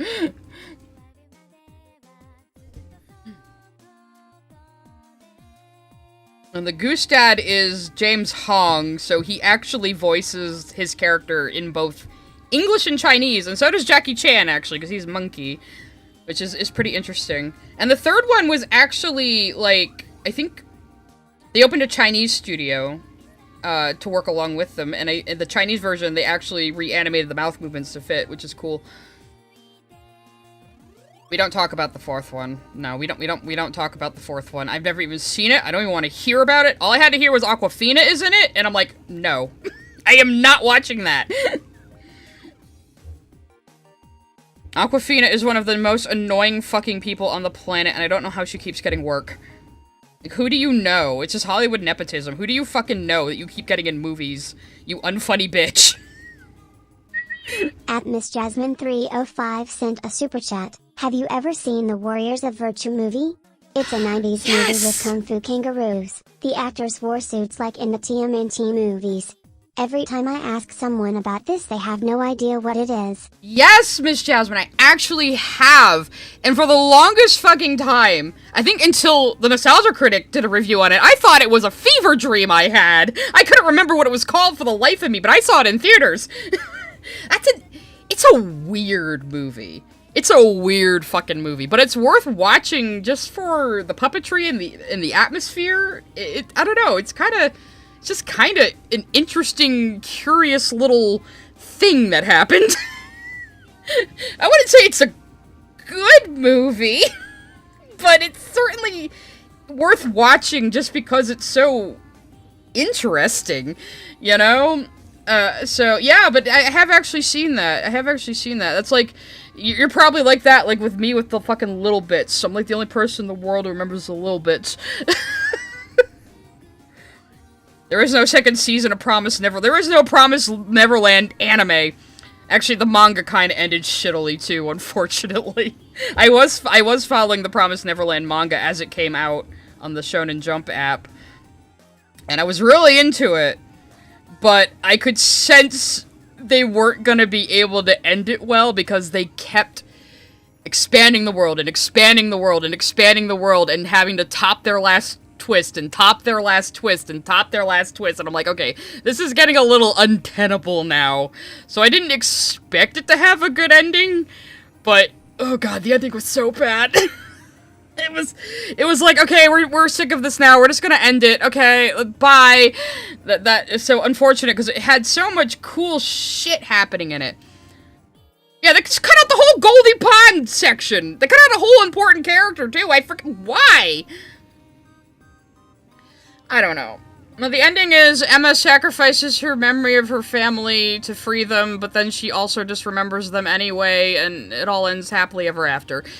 It really just kind of just goes, okay, yeah, the end, go to sleep now, kids. That's kind of how it ends. But it is worth a read. It is definitely worth a read. It has really, really good build-up, and it starts with a very strong premise. And even some of the later stuff, I think, is interesting. It has a lot of interesting themes going on. But, again, it just got too big for itself. It just got too big for its own britches and just kind of collapsed in on itself in the end. Which is unfortunate, but it happens sometimes. At the Master Clockwork sent a super chat. I will never forgive Awkwafina Farah and the Last Dragon. As soon as Cista spoke for the first time I went, oh no. Yeah, like, they could have, like, made that dragon, like, really cool and not, like, another, like, Disney awkward girl or whatever, but no, they have to, like... It's like Disney is allergic to taking any concept they come up with seriously anymore. Like, nothing can be serious. Everything has to be awkward modern girl. It's like with fucking Wish. God, I can't wait till the NDAs expire so we can find out what the fuck happened with that movie. But, like fucking Asha looked like she should be, like, a more serious, down-to-earth character, but of course they had to give her the Disney quirky girl personality, and just make her a copy-paste of Anna, and Rapunzel, and every other quirky girl, and it's like, oh, for fuck's sake. Can we have something different? Can a girl have a different personality in your fucking movies for once? You know? Oh, it's terrible. I fear it's been going on ever since fucking Mulan, unfortunately.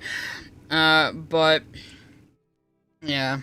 She's quirky and relatable.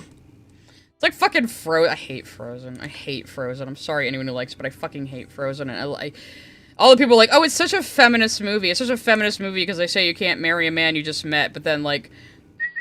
At Miss Jasmine 305 sent a super chat. Googled Warriors of Virtue to find out when exactly it came out. 1997, later than I thought. So, there was a direct-to-DVD sequel. Looks like they ditched the kangaroo suits. Cowards. The kangaroos are what made it interesting. It sounds like the later TMNT movies where the costumes got really cheap. But yeah. At Plasmamu sent a super chat. I sometimes don't like actors/actresses that play themselves in movies, and I never watch Frozen. Well, Kristen Bell isn't really playing herself in the movie, at least. ActionFan19 sent a super chat. Asha was also going to be the daughter of the evil king and queen. That would have made so much more sense! It would have made so much more sense in the plot!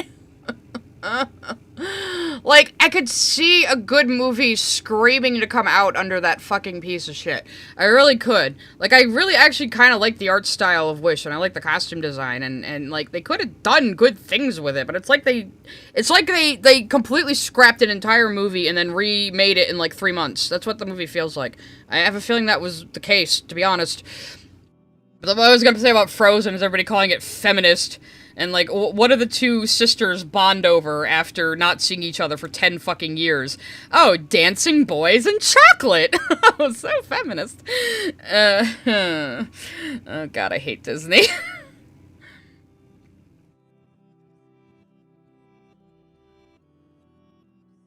Yeah, Wish, like, I don't know. I did, before I blew up, I did actually kind of semi-review Wish on my stream after I actually went out to the theater, same theater I was gushing about earlier, and fucking watched it, because I was morbidly curious, because they were like, oh yeah, this is totally our 100th anniversary movie, totally we were planning for this to be our 100th anniversary all along, and it's like, bull fucking shit you did. At Dana_Brain sent a super chat. Sometimes I watch older movies to remind myself I like movies. Like, wow. Hollywood used to be somewhat heartfelt and genuine. Yeah, right? Like, I could recommend so many old movies to people, because I'm fucking old. So I think there's somebody who was, like, a while ago was really into, like, kind of cerebral movies, and I was like, look, I said, they, like, the 2000s had so many fucking movies like that. Go watch Memento, go watch The Machinist, go watch Primer... You know, go watch shit like that. You'd probably like it. No, like, it was clear that Elsa should have been the villain. Like, when I heard somebody, I think I was listening to Andre the Black Nerd summarize the movie, and in my head, for whatever reason, I expected it to be, like, Elsa doesn't actually know how she froze the kingdom, and so she's acting like the villain everyone expects her to be, and then has to admit she doesn't really know how to fix it. That's what I was expecting, but it wasn't even that! All she does is cry, and the movie bends over backwards to make nothing her fault, ever. She has no fucking agency. Very feminist. But yeah, if Disney would actually have the fucking cojones to do a goddamn redeemable villain, they never do. Villains have to always just die. Elsa's a role model now, so she can't do anything bad of her own volition at all, ever. And it's like, you could have made it about, like, forgiveness and understanding and how people can come back from mistakes and learn. But that would be a terrible lesson for children. No, we just gotta, like every Disney movie, we have to teach children that bad people are just bad to the core, and the only solution is to kill them. That's what we need. I get so sick of people like that, too. Like, oh, villains should always die in kids' stuff. It's like, At the why, Master though? Clockwork sent a super chat. The original story of the Ice Queen was much better, but was in development hell for decades. Then Tangled did so well they said fuck it, copy that. Well, you see, the thing is, I was expecting it to be like Tangled. Tangled to me it's fine. It's fine. It's a nice little twee movie, you know, it's enjoyable. I was expecting to be like that, but it was just fucking awful. And the pacing is terrible, and the story is obviously stapled together from earlier drafts, and it's just, I couldn't understand why it did so well. I was, like, offended. And, of course, we had the snowman song in the movie. Not Do You Want to Build a Snowman? The song Olaf actually sings, and I'm just like, movie! Movie! Where is the plot, movie? Movie! I was going insane watching it.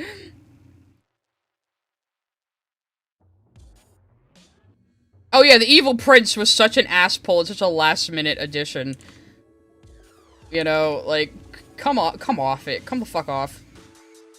I mean, I can understand how it's like, oh, true love doesn't have to be romantic love. It can be familial love, too. That's not a bad message, but they delivered it in the most ass-backwards way. What was the point of making the girls isolated from each other for like 10 fucking years in the same castle, even? Like, what the fuck? At SoyHarp520 sent a super chat. Hi, Sai. What are we talking about? Right now I'm on my usual Frozen rant. We were talking about movies a minute ago. Where does Gavin today? I fucking hated Olaf, too. He was the worst goddamn thing. But also, it was like, okay, Olaf or the trolls? Pick a fucking mascot. Olaf the trolls or the fucking deer. Or the horse. You have too many mascots. Why do the fucking deer and the horse act like dogs? Make them act like the actual animals they are. At Weak Freak sent a super chat. Asha only exists in service for others only. That's a great message for the brown girl, the rare brown girl protagonist in a fucking Disney movie, huh? If you're a brown girl in Disney, you're either, you're either in service to others, an animal for half the movie, or hypersexualized. That's usually how it goes.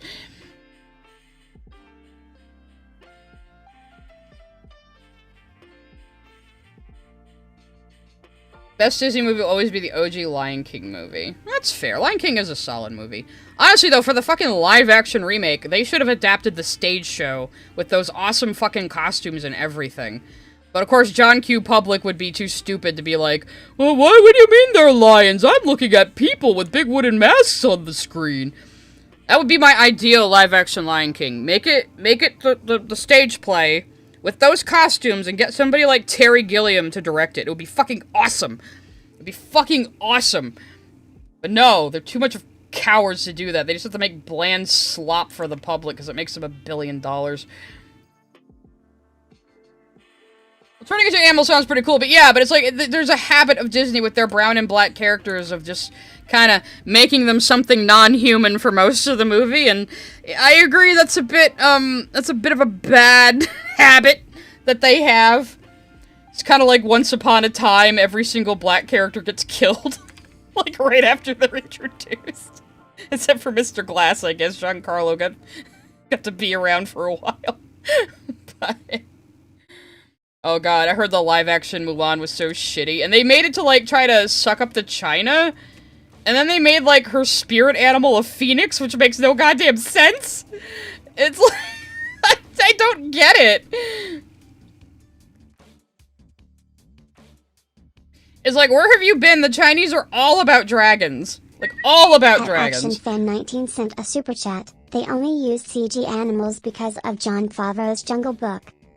Yeah, it drives me crazy that people call it the live-action Lion King, too. It's not fucking live-action, the whole thing is animated! It's an animated movie!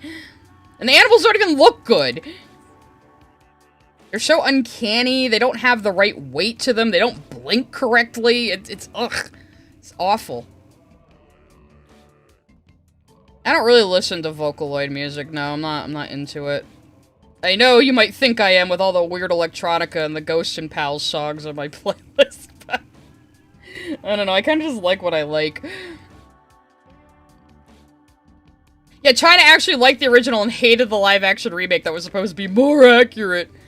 I've seen really cute videos of, like, little kids doing the Disney Mulan on stage in Chinese, and there was like this one little girl who was like perfectly playing an old lady. It was so cute.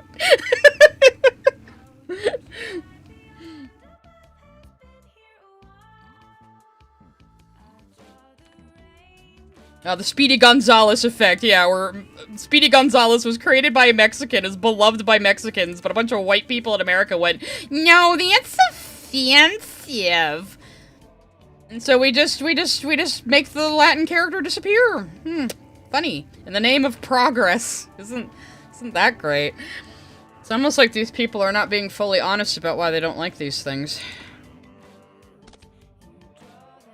The Mushu jokes were not translated well, but they still liked him. Well, I would imagine they would localize it, because, yeah, I would imagine, because Mushu's humor is very American, it probably wouldn't translate very well at all, you know?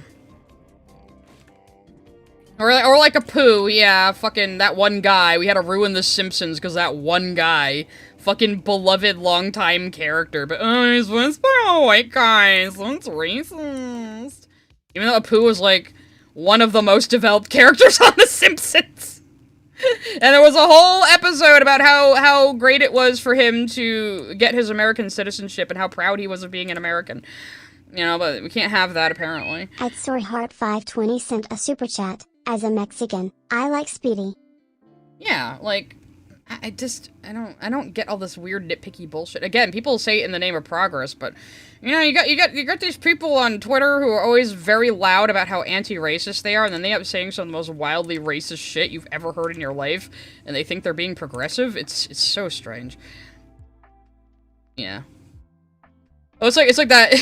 It's like that one meme. Hang on, let me find it.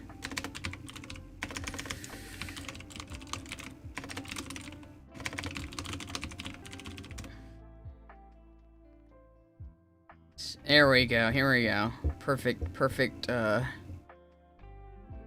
Giancarlo meme here. Let me get the screen up. Hispanics when you call them a slur. Hispanics when you call them Latinx. It's fucking true.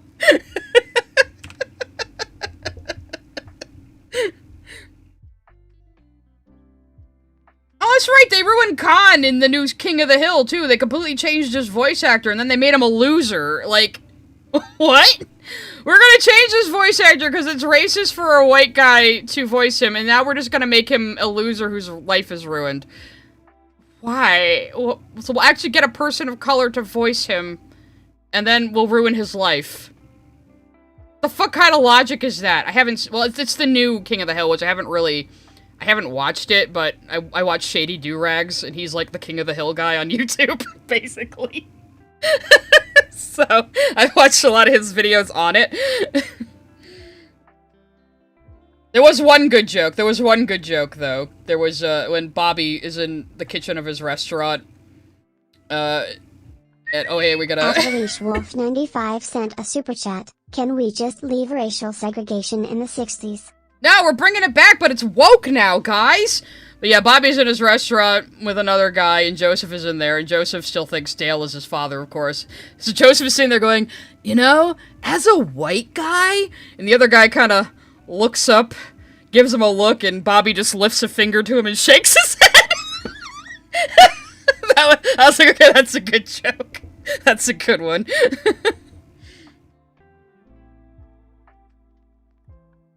Prosy D... Well, see, the thing about Prosy D is he got slandered. When he was talking about roles, he was talking about the limit of live-action roles he gets. He wasn't talking about voice-acting roles. So a lot of people portrayed him as being one of these people that are like, oh no, you can only voice your own race, but that isn't actually what he was saying, it turns out. So, we've been bamboozled. I'm still a little pissed at Phil Lamar, though. Because Phil Lamar was doing that. No, you can only voice characters that are your race. And it's like, bitch, you were Samurai Jack with a pretty fake Japanese accent there, pal. I don't think you're one to talk. But as we know, Asian racism is fine. Asian racism is perfectly fine. We're allowed to do that, apparently, all the time.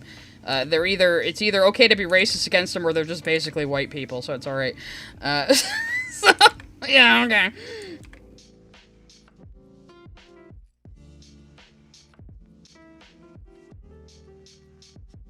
offends me as a man, all 10-year-olds are voiced by women. You know what's really funny is, like, you would expect, like, Dib and Zim to be voiced by women because their voices are so high, but they're both dudes. However, in the Japanese dub, it is both women, but they do really good impressions of the English Zim and Dib. It's crazy.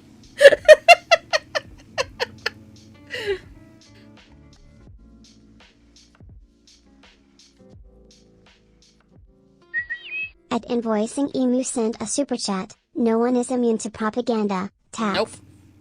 Nope. And I'm so sick of people, like, just being prejudiced, but trying to couch it as, like, woke and progressive. It's like, just shut the fuck up. I'm done with you people. Those people only have power if you give it to them, so just fucking ignore them. Just fucking ignore these fucking woke-skulled busybodies, and they'll go away. After they try to destroy you, of course. Like, the fuck the shit happening with Emaru right now, because she wouldn't give a statement about ICE on her non-political stream. She must be destroyed now. This woman who was sexually assaulted at TwitchCon, and was getting sued by her abusive ex-boyfriend. Now, we gotta find reasons to bully her for not espousing our political views to validate them for us on her gaming and cosplay channel. But we gotta punish this woman somehow, you know, because, you know. We can't just say she deserved what happened to her, so we have to find another avenue to punish her.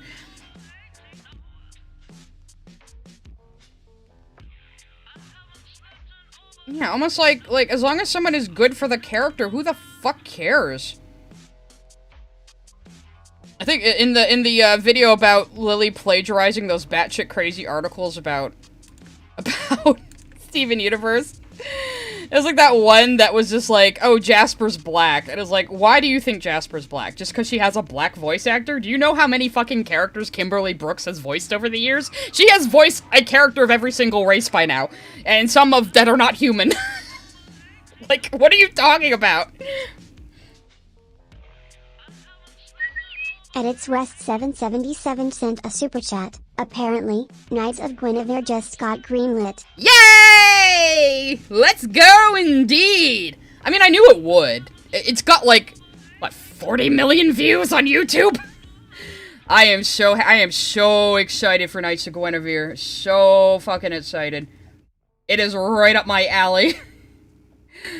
I could tell from the, somebody's giving me a Japanese racism example in my Discord. I'll bring that up in a second before we ruin the mood here. But yeah, like, no, I'm so excited for it. When I saw it, I was like, oh my god. Dystopian, futuristic theme park, cyberpunk, fucked up robots. Oh my god, this is like pushing all of my buttons, you know? So, I'm so happy. I'm so excited for it. I'm not even like a Dana Terrace fan. I haven't seen Hoot House still.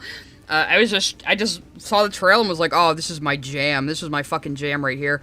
You know? So, I am so happy. It's certainly going to be interesting. And remember that Lily didn't fucking understand that the park and where the people who work for the park live are two separate places. Like, the world in Knights of Guinevere is a planet-wide company town. That's fascinating in of itself, you know? It's like you have no choice but to work for the park. There's nothing else on that planet. You know, there's no other industry. They even salvage garbage from the park to make more garbage to sell in the gift shops, you know? So fucking good. Alright, let's see what the... Yeah, all the people that try to say Pearl is white, ignoring that her fucking voice actor is Filipino. Yeah. Mm-hmm. And we're not going by stereotypes or anything, though, are we? No, of course not. No. Okay, let's see what these stupid fucking people said, apparently. Wait, goddammit, where was it? Is it in Yap Zone? Did I scroll up and fucking miss it? Oh, here it is. I did scroll up. My bad. Okay, let's see. I think this might be something I heard about before. But yeah, people act like Asian racism just doesn't happen. And it happens all the time, casually, and people just don't care, because either Asians don't count, or they're just basically white people plus. Country. And let me tell you, they do not hold back. Well, we're not exactly sure how, but can you really blame us? Because who knows anything about Japanese history? There were some samurai, they periodically themselves, a rat learned judo, and they invented a religion that sanctifies small trees and fat guys wrestling. Then we nuked Wow. them. Then we nuked them. They turned into a real country. They all Country. Jesus fucking Christ, that's even worse than the one I was thinking of. This is a Magic Mush video? Oh, I haven't watched this one yet. It was only 5 days ago. Okay. Oh, I have heard about X-Play making very weird anti-Japanese comments, though. Like, they did it a lot. Again, it's like, wow, this isn't even the clip I was thinking of. They did it a fucking lot. Like, they were always shitting on Japan on that show. I'm gonna have to watch this later. I like Magic Mush. At CutieAppleby123 sent a super chat. Got my teeth cleaned this afternoon. Have some money. Thank you for paying me for getting your teeth cleaned. I appreciate that. Yeah, Lily called Alistair a racist caricature and then didn't explain how or why he is. What stereotype does Alistair fulfill exactly? Can you tell me this? It was like her other has-been video. She kept just asserting things and not giving examples or even elaborating on her fucking point. Like, you gotta actually explain what you mean if you're gonna make an argument. Well, again, because we're all just kind of okay with Asian racism, because, like, even when I was growing up, like, in the 80s, there was still a lot of, really bad Asian stereotypes in media, like, a lot, even in the 80s, there was a lot, there was a fucking lot. I remember when I showed my friends the Little Shop of Horrors movie, and we got to the part where Seymour's talking about the old Chinese guy who sells him plants, and the fucking Greek chorus girls are going ching chong woo or something like that. And I was like, guys, it was the 80s. Guys, it was the 80s. Okay, it was the 80s. All right, it was the 80s. All right. I'm not saying it's good. they don't sing it like that anymore in the stage play. In fact, some of the stage play adds in Mean Green Mother from Outer Space from the movie now, which is fun.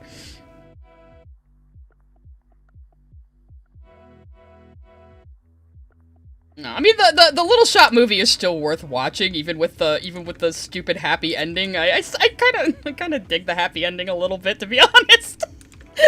I kind of dig it, but Rick Moranis was definitely a very good choice for Seymour, even if he's not the best singer. So Rob Schneider might have been, yeah. Like again, it was like. Even up into the 80s and the early 90s, this, like, casual Asian racism on TV and movies was just fine. And, you know, Asian actors still get pretty typecast and discriminated against. It's like when I was talking about Iron Lung. There was one review of Iron Lung somebody sent me where the lady was like, well, it's a predominantly white cast. And I'm like, fucking Markiplier is on screen for 90% of the movie and he's half Korean? And I was like, come on, lady, you know Hollywood would never put a guy who looks like Mark in a leading role. They never would. So, why don't you shut your fucking face? Because I asked, when was the last time you saw an Asian male be, like, the lead in a movie where he was, like, actually heroic and, like, badass or anything? Somebody said, Kihei Kwan, but I was like, well, Kihei Kwan, got billable from Everything Everywhere All at Once, and it was a big deal that he came back to acting because he hadn't acted since he was a kid, you know? Because, again, it was the Asian discrimination. He felt like he was getting typecast. He gave up on acting. He saw Crazy Rich Asians and was like, oh, maybe there's, like, a chance now. And then he was in Everything Everywhere All at Once, and I spent that whole movie I watched it on a plane on my iPad because I needed something when I was on a long plane ride. So I was watching on my iPad. I was watching him and I'm like, why is this guy so familiar? Who is this guy? Why is he so familiar? Why is this guy so familiar? And I looked it up later. I was like, oh my god, it's Short Round. It was like seeing somebody you went to kindergarten or elementary school with like 30 years later and trying to place them in your head. I was just like, why is he so familiar? It's like, I mean, I knew who Michelle Yeoh was. I watched the movie because I love Michelle Yeoh. But it was a good movie too. But I was like, Yeah, I looked up later. I was like, oh my god, it's fucking Short Round. It's fucking Data from the Goonies. Holy shit. We thought he was the coolest kid back in the day. I never seen Big Trouble in Little China, to be honest. That's true. Sometimes there was a bit of, like, the Asian sidekick being more competent than the hero. There was a few dynamics like that, but they're still the sidekick, you know? At ActionFan19 sent a super chat. For what it's worth, the Little Shop happy ending still has a classic horror movie trope. That extra lottery 2 planned right before the credits. As Ray Ramono put it, just when you think it's over, then the hand comes up. That's true. Yeah. Webster649 sent a super chat. Did you hear that Yandere Dev now does cameo videos now? He has a cameo, as in, like, the actual service cameo? I have actually considered opening up one, if you guys want to pay me to do silly voices or sound bites or something. I made an account. I haven't done anything with it yet, but I'm sitting on an account right now. At CutieAppleby123 sent a super chat. That must be how boomers felt seeing the old guy in Midsommar. Who's the old guy in Midsommar? I haven't seen Midsommar yet. Don't kill me. I know there's a lot of movies I have to actually watch. All the cameos will be RRs. Oh god damn it. But yes, you can independently hire me to do my Olivia voice. You don't have to rely on Kaiser. I'm cutting out the middleman. No, I'm just kidding, Kaiser. But, yeah. I will not do porn. Shut up. I won't. I can still... Now, you only get RRs if you super chat me for it. You see, I'm gatekeeping it behind a super chat. But yeah, I was considering doing that, since people like my silly voices and things, so...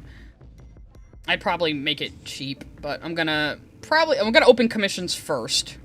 But then I'll be thinking about cameo. Sent a super chat. You already did a cameo in my Cancel Beast for free. Did I? I mean, if somebody asks me to voice something on stream, I usually do it anyway, but I just figure it would be nice to have. It'd be nice to have that option, you know, and just, if people want to pay me for, like, a stream outro, or fucking, I don't know, fucking, recording for their answering machine or something. Should we have answering machines anymore? I don't think we do. My stance on pet rats, I mean, is there something wrong with having a pet rat? I think they're pretty cute. I just can't, I can't have rodents because I always have cats. So I'm afraid of what a cat might do to a rodent or a small lizard, so I've never had one. I've always kind of wanted a lizard, though. I've always kind of wanted a lizard. I think lizards are so fucking cute. At the Master Clockwork sent a super chat. Ara Spinel. Oh, how do I do this without sounding like Harley Quinn? Ara! I don't know. At CatPeasant106 sent a super chat. Sigh, say ara. You are my good little poke champs. Debasing myself for $2. Ara, you're my good little pog champs. How's that? This is gonna be the next thing they cancel me for, guys. Sai is being inappropriately sexual on her stream by doing the sexy older lady voice. Oh, thank you for the 5 gifted subs. Okay, apparently it wasn't just for $2. But yeah, I've always kind of wanted a lizard, maybe like a Chinese water lizard or a gecko or something. But again, I'm always worried about the cats. You know, I did have a cat that would eat frogs. Sorry, Space Frog. I did have a cat that would eat. That was Jasper. Yes, I had a cat named Jasper. I named him before Steven Universe. I named him when Rebecca Sugar would have still been a teenager, actually. So. At the time, I thought he was a black cat. At the time, I thought all Jasper Stones were black for some reason. His sister's name was Ember because I wanted their names to match, and she had a big white spot on her belly, and they were both black cats. But yeah, he would eat frogs. He would bring me snakes. I made the mistake of telling him I like snakes when he brought me one, and then he kept bringing me snakes. I think he might have understood that. The snakes were at least smart enough to play dead. Yeah, I'm sorry, Frog. One time I found just frog legs on the patio. I knew it had to be him that ate it. The one time, because he would always bring in things through the cat door, which was probably a mistake to have.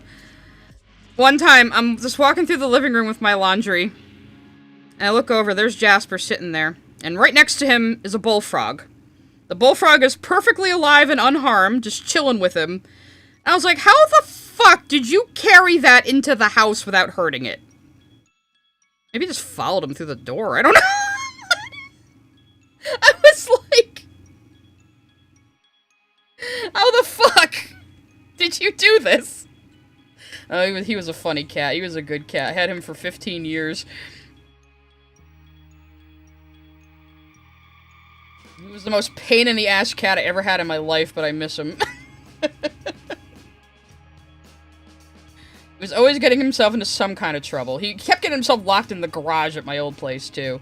I would have the garage open, I wouldn't notice he got in there. And later in the day, I'd hear... I was like, you fucking idiot, you got yourself locked in the garage again. The only thing he wouldn't hunt was squirrels, and I think I know why. One time I saw him go after a squirrel, and I swear to God, the squirrel stood on its hind legs and slapped him across the face. And he never went after a squirrel again. And when he was a really little kitten, he ran right up to this giant buck and 2 deer in our yard and was just like, hi! And looking up at them, and we thought we were gonna lose him. We thought the buck was just gonna stomp right on this tiny little kitten. At Evie Tomato Soup Full sent a super chat. My cat Jupiter brought home a live brown snake once. Oh my God. I know, one of the most venomous snakes in the world, hanging out under the table. Oh God, I hope you were able to catch it safely. Luckily, the snakes around here are not venomous. They are very harmless. They're usually garter snakes that they can bite you, but they don't even really have teeth. They mostly have like gum nubs, so they can talk a big game, but they can't really hurt you. Same house. One time we had some guys doing some yard work there, and they found a garter snake, and they were all trying to pick it up with sticks to move it, and they were failing. I was just watching them from the kitchen, and then I walked outside, I looked at them all, I picked up the snake, and just walked away with it and brought it to the woodpile. It's like, it can't hurt you! What are you worried about?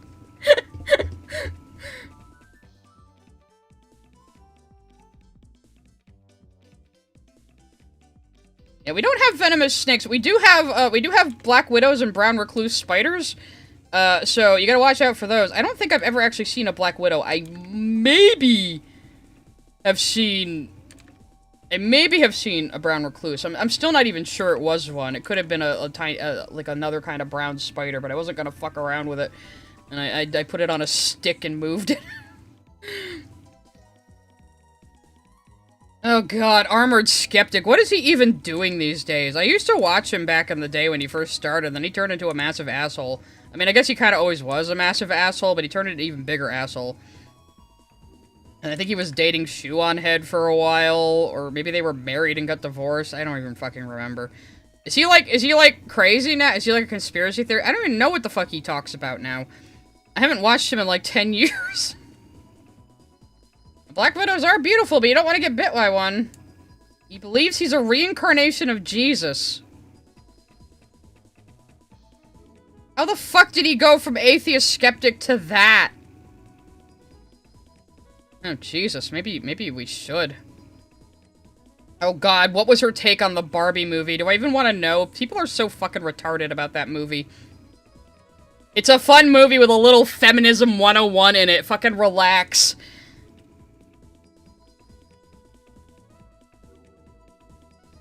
Barbie at least had real fucking sets. It was made by people who cared about what they were doing, and the actors were clearly having a good time and understood the assignment and knew what movie they were in. Wolf95 sent a super chat. My family's dog used to bring Rabbit's head inside. Oh, God.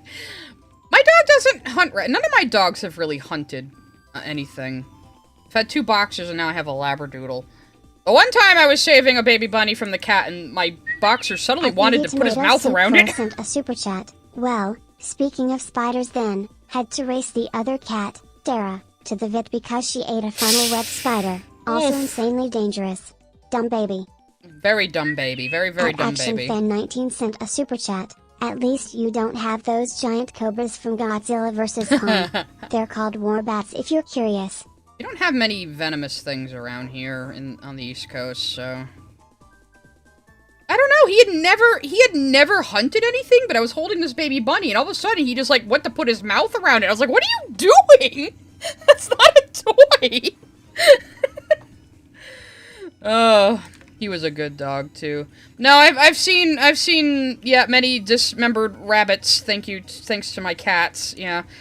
One of my cats still goes outdoors. I keep the other one indoors, because I've been bullied into keeping cats indoors now.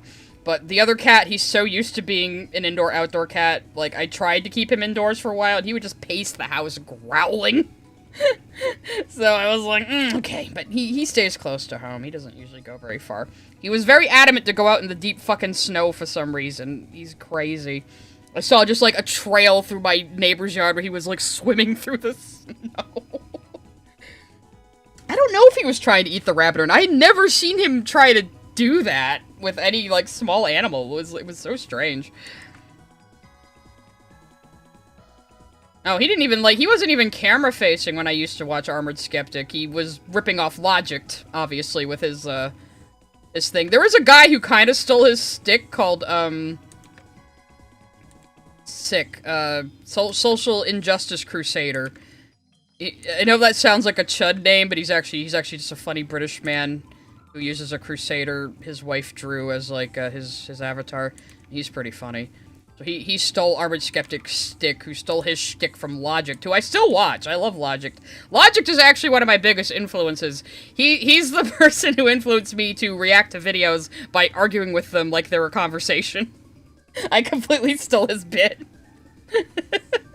So I guess I can't complain about people ripping off Logic. Except I don't talk about atheist debunking stuff, except when we're talking about spirit signs. But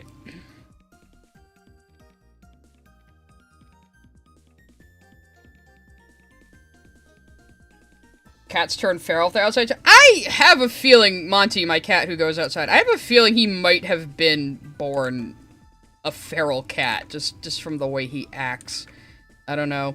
It's like I suspect my other cat was a barn cat, because he's kind of put together weird, and he was sent up here on a truck from Louisiana with a bunch of dogs. So, I'm not even sure he was supposed to be on the truck, but he's mine now. Actually, Jake's kind of an asshole these days, too. I used to watch the Hugo and Jake show when it was still Hugo and Jake. But, yeah, I used to watch a lot of these guys back in the day. Actually, let me open the file of the fucking outfits so I can remember how these shoes go. Yeah, maybe looking at Armored Skeptic could be an interesting Friday stream topic, just because, again, I haven't watched the guy in a long time, and now you're telling me he's gone completely batshit insane, so that could be interesting.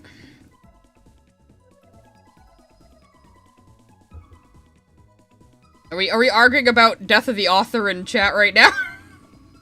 Yeah, Logic's just been a workhorse, you know, I started watching him when he was covering, Hello, I'm a Scientist.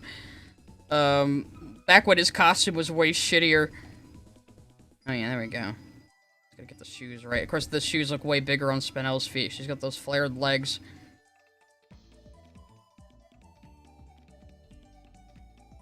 Any art tips for newbies? Oh, I don't know. I mean, I do eventually want to do, like, more art-focused members-only streams or something where we talk about, like, art technique, but I'm really bad at building a lesson plan. And explaining things. That's why I'm better off the cuff with people, like, prompting me to talk about things.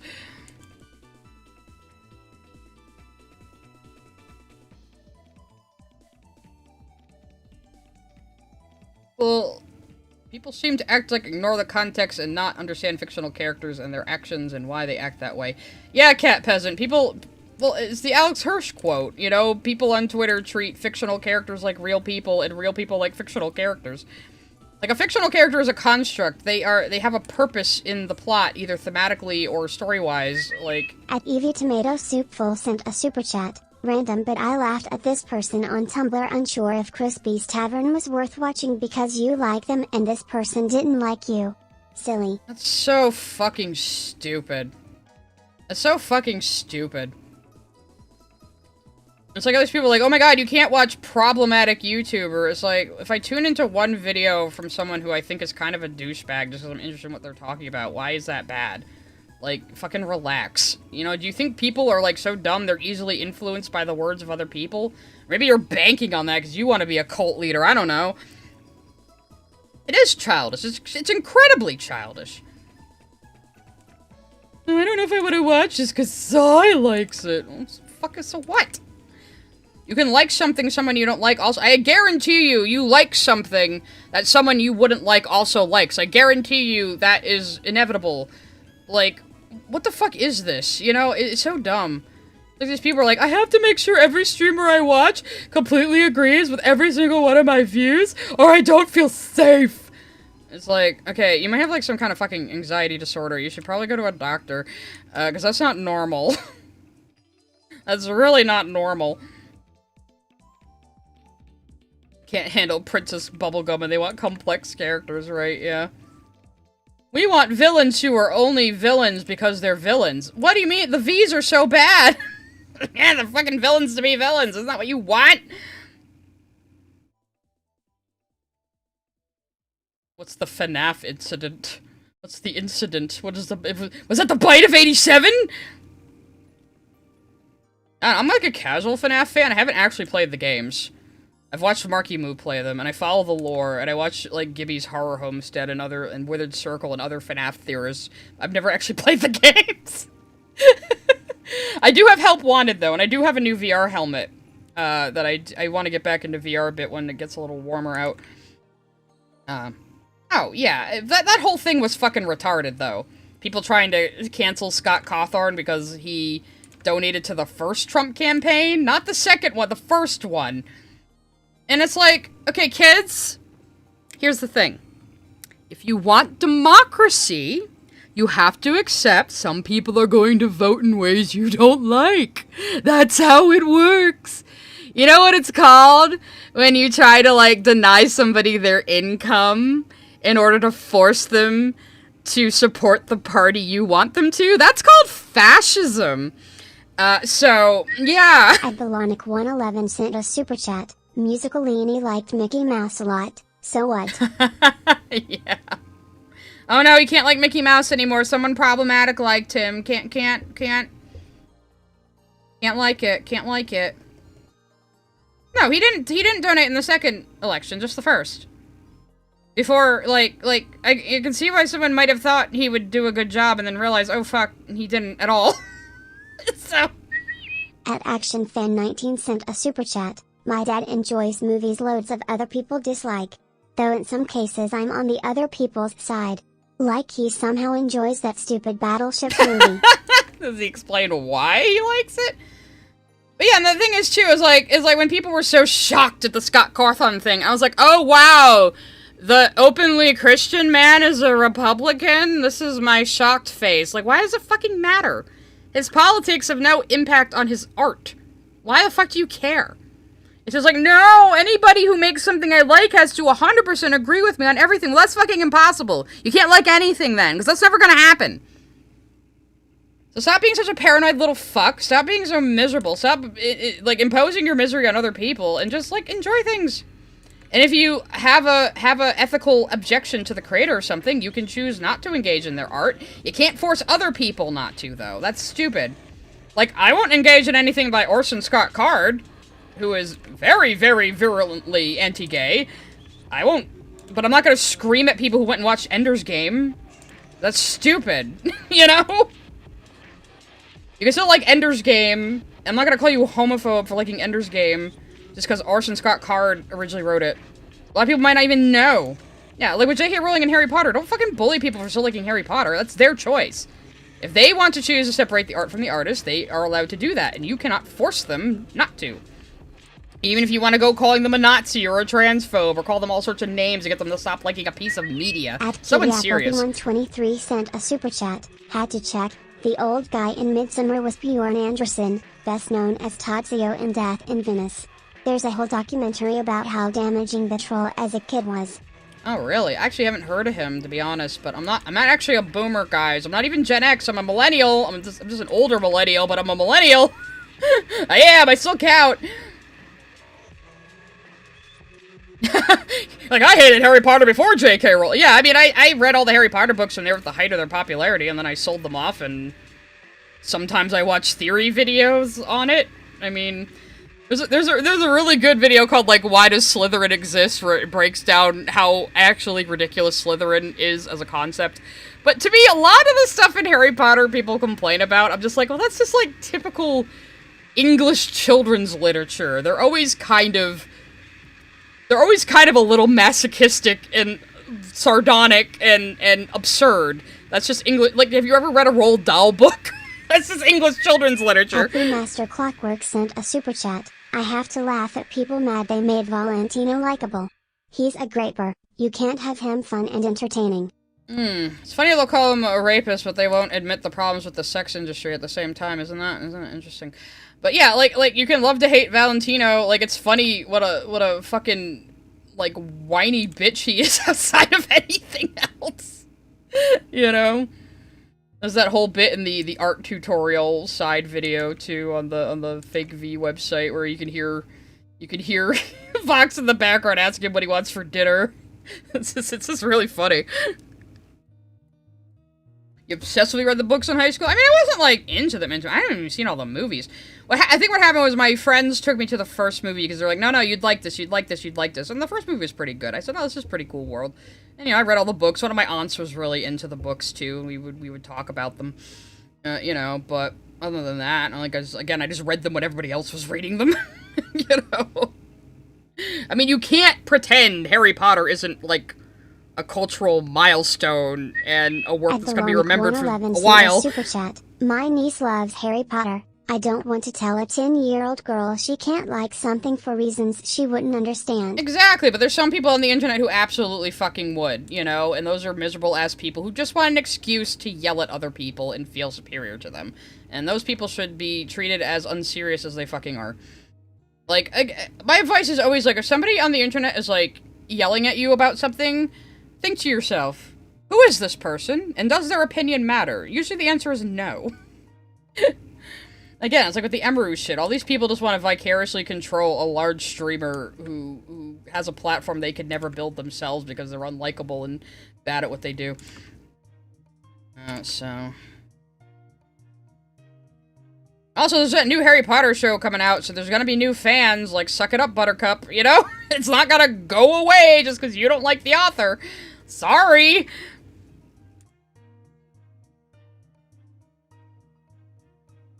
That new series might, like, adapt some stuff that was left out of the movies, too. Hopefully they finish it before the kids are, like, 25, like fucking Stranger Things. You know?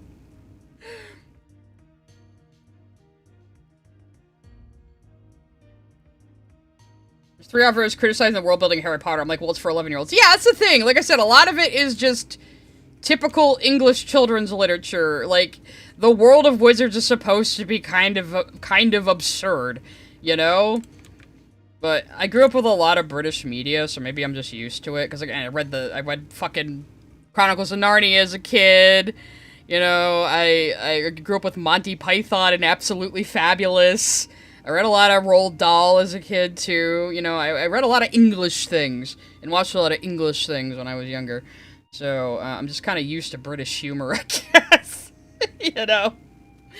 People are like, oh my god, like, Cho Chang is a racist name. Like, there's also a guy named Cornelius Fudge. That's kind of a thing, again, in English children's literature, where characters just have ridiculous fucking names that aren't anywhere near real names, except for Harry Potter, which is basically like John Smith. You know? It's like, everybody's got a stupid name in Harry Potter. It's how it is. It's how English children's books are. You haven't read enough. So yeah, the movies suck in a few ways, I would say. Though I don't recall too much from the books. I mean, I think mostly it's just, like, the videos I watch. Like, I watch, like, the Fine Bros and stuff sometimes as background noise. It's easy, you know, a topic I kind of vaguely know of. Listen to a guy spurg about it, it's fine. Like, how you guys like to hear me spurg about things you barely pay attention to. So... I would say the 3rd book was also probably the best one. I felt like Rowling kind of got her footing in the 3rd book, and then the last book was kind of just all over the place. It was kind of bad, actually, because I was like, okay, we're hearing about all this cool shit Neville is doing back at the school, but we're with these three being miserable in a tent together. Why are we here? Why aren't we with the action that's happening? You know, what's going on?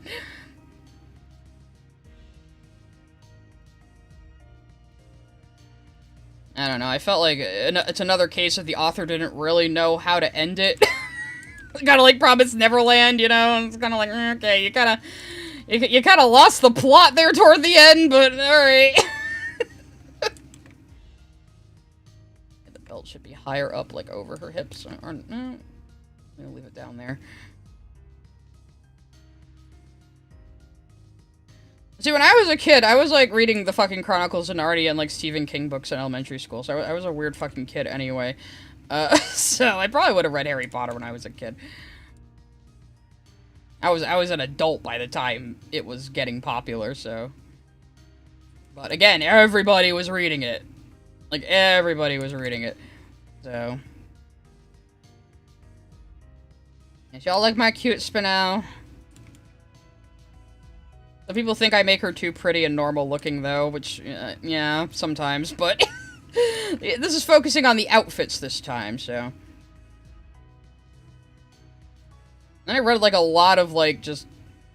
random fantasy novels as a kid, too, you know?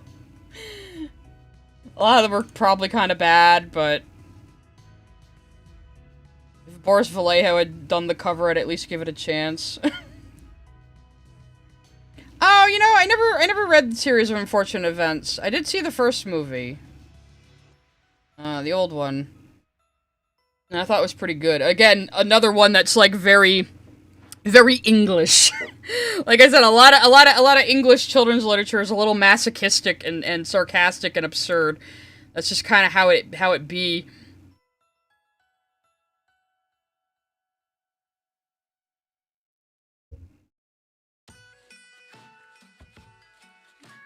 I'm pretty sure I read... What did I read? I read James and the Giant Peach and Matilda as a kid, I'm pretty sure.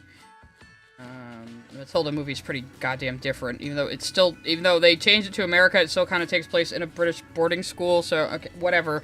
Sure. But... There we go.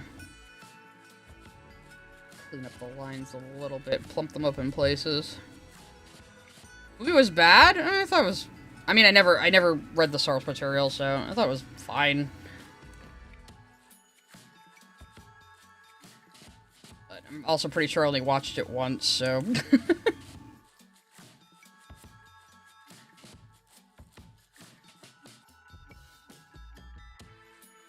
I know it's a point of failure, but I also like to try to, you know, write for the characters and write characters in character and write for the series they're from and try to stay accurate. I'm on the wrong layer, aren't I? God fucking damn it. Kind of stay accurate to the source material, but that's just me. I'm kind of like a canon-compliant fascist, I guess. That's the only kind of fascist I am.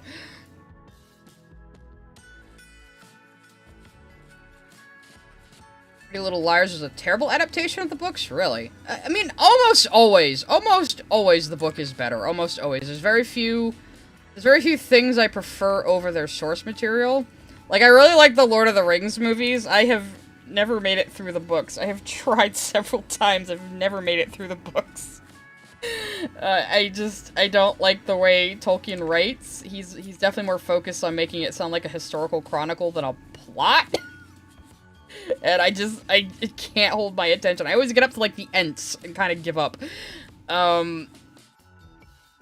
So I kind of like the Lord of the Rings movies more than the books, though I would never say they're better than the books. It's just my personal preference. The Boys, though, I will always say is better than the fucking book. No matter how bad that show gets, it will never be as bad as the comic. I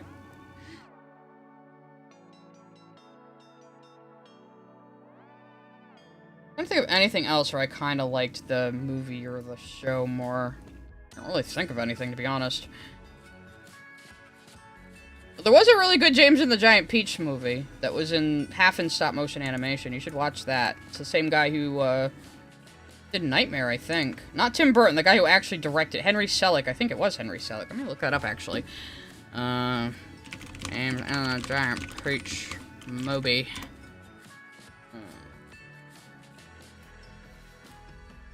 The cast. I want the fucking... Yeah, Henry Selick. It was Henry Selick. Yeah, it was.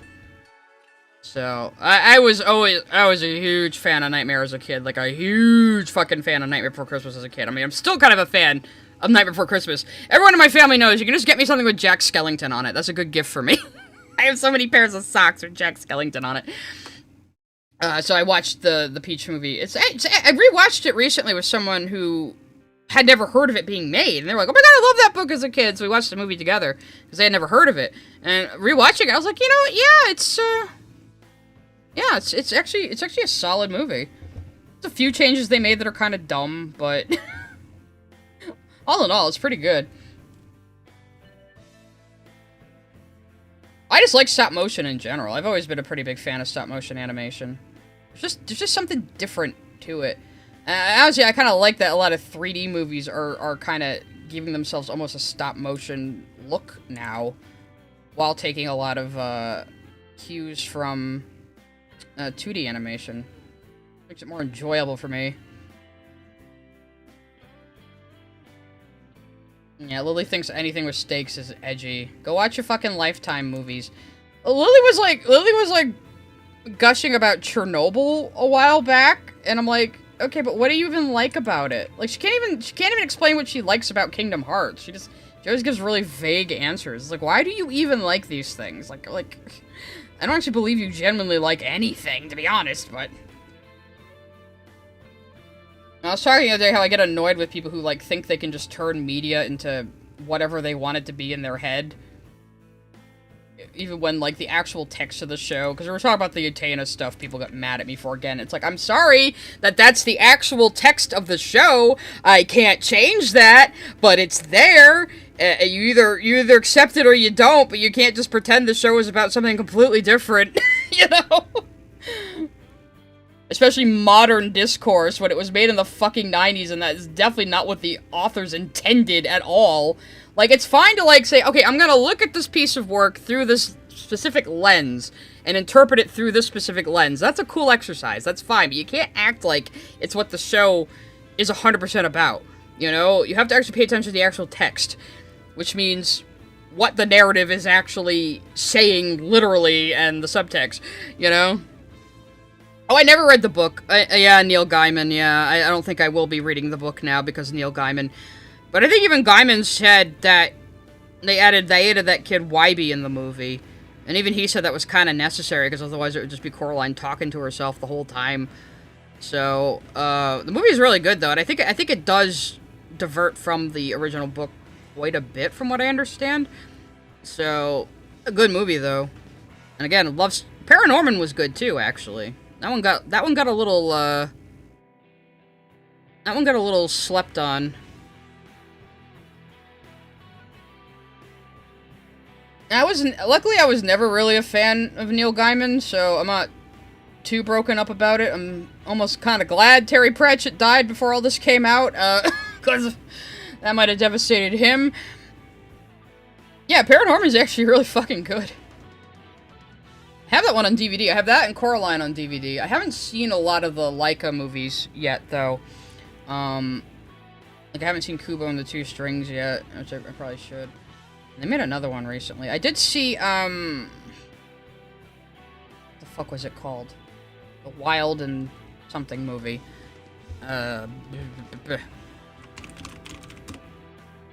Fuck was it called? No,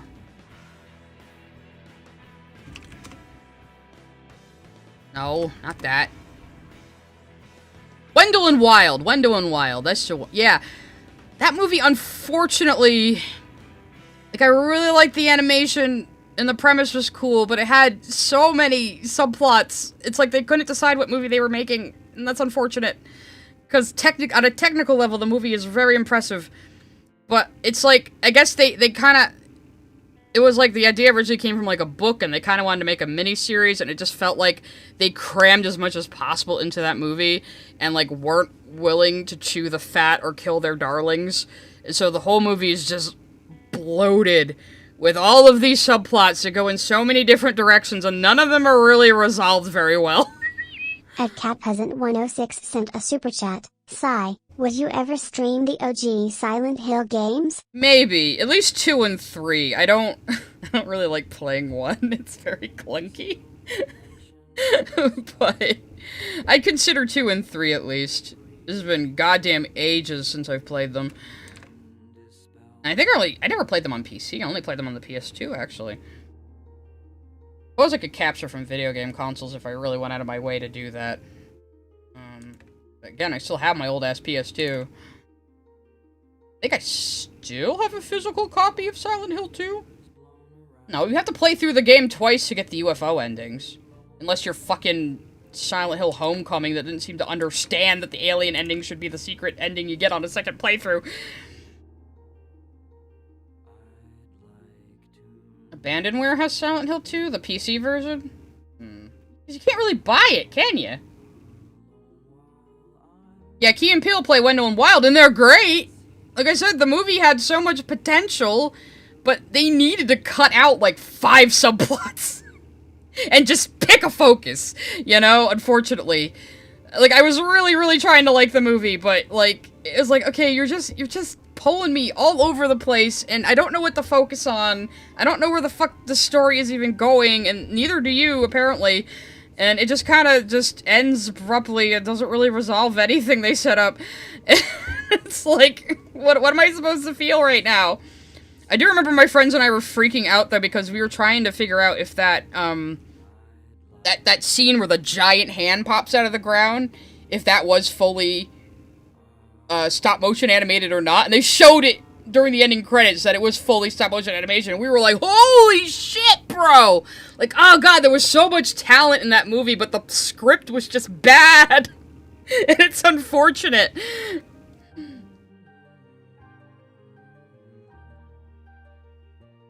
Like, it really needed a couple more rewrites or something, you know, they really needed to get in there and really tie down, like, a singular plot to follow. So, I was like, I understand you wanted to make this a book or a miniseries, but you have a limited amount of time in the movie format. You have to kill your darlings. I'm sorry. At the Master Clockwork sent a super chat. I think you'd like Greedfall. It's similar to DA2. I don't think I've ever heard of it. Let me look that up. Actually looks more similar to Skyrim. Let's see what this is. Let's see what this is all about.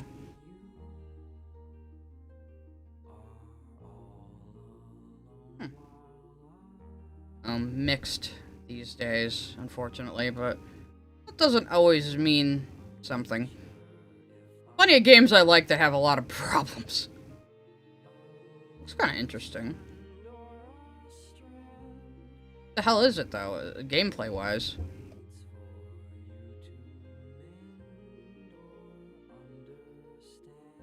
It's an RPG? Actually, this kind of reminds me a little bit of, Dishonored. I don't know. The trailers kind of scared me, looking more like a tech demo than actual gameplay, though. That's usually not a very good sign. Are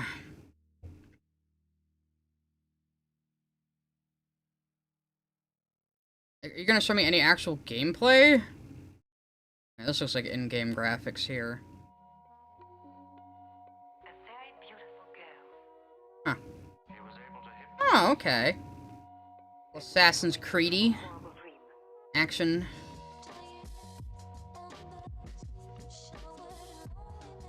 Whenever a game trailer doesn't show you actual gameplay, I always get a little worried. It's like, okay, what are you hiding? Oh yeah, a little Assassin's Creed, a little like Fable 3 or somewhat. Yeah, interesting. It's kind of like a colonial fantasy world with guns. Kind of like Fable. Huh. At least consider it. It's 34 bucks. And I'll throw it on my wish list for now. Oh, thank you! At CatPeasant106 sent a super chat. You might like Stray Gods. It's a role-playing musical. The story is kind of mid, but you get to make dialogue choices, but it's singing, so you make your own songs. Laura Bailey and Elizabeth McGlynn voice and sing as some of the characters. Oh, Elizabeth McGlynn, yeah, she's the singer in all the Silent Hill songs. And she was Dr. Maheshwar and Connie's mom in Steven Universe.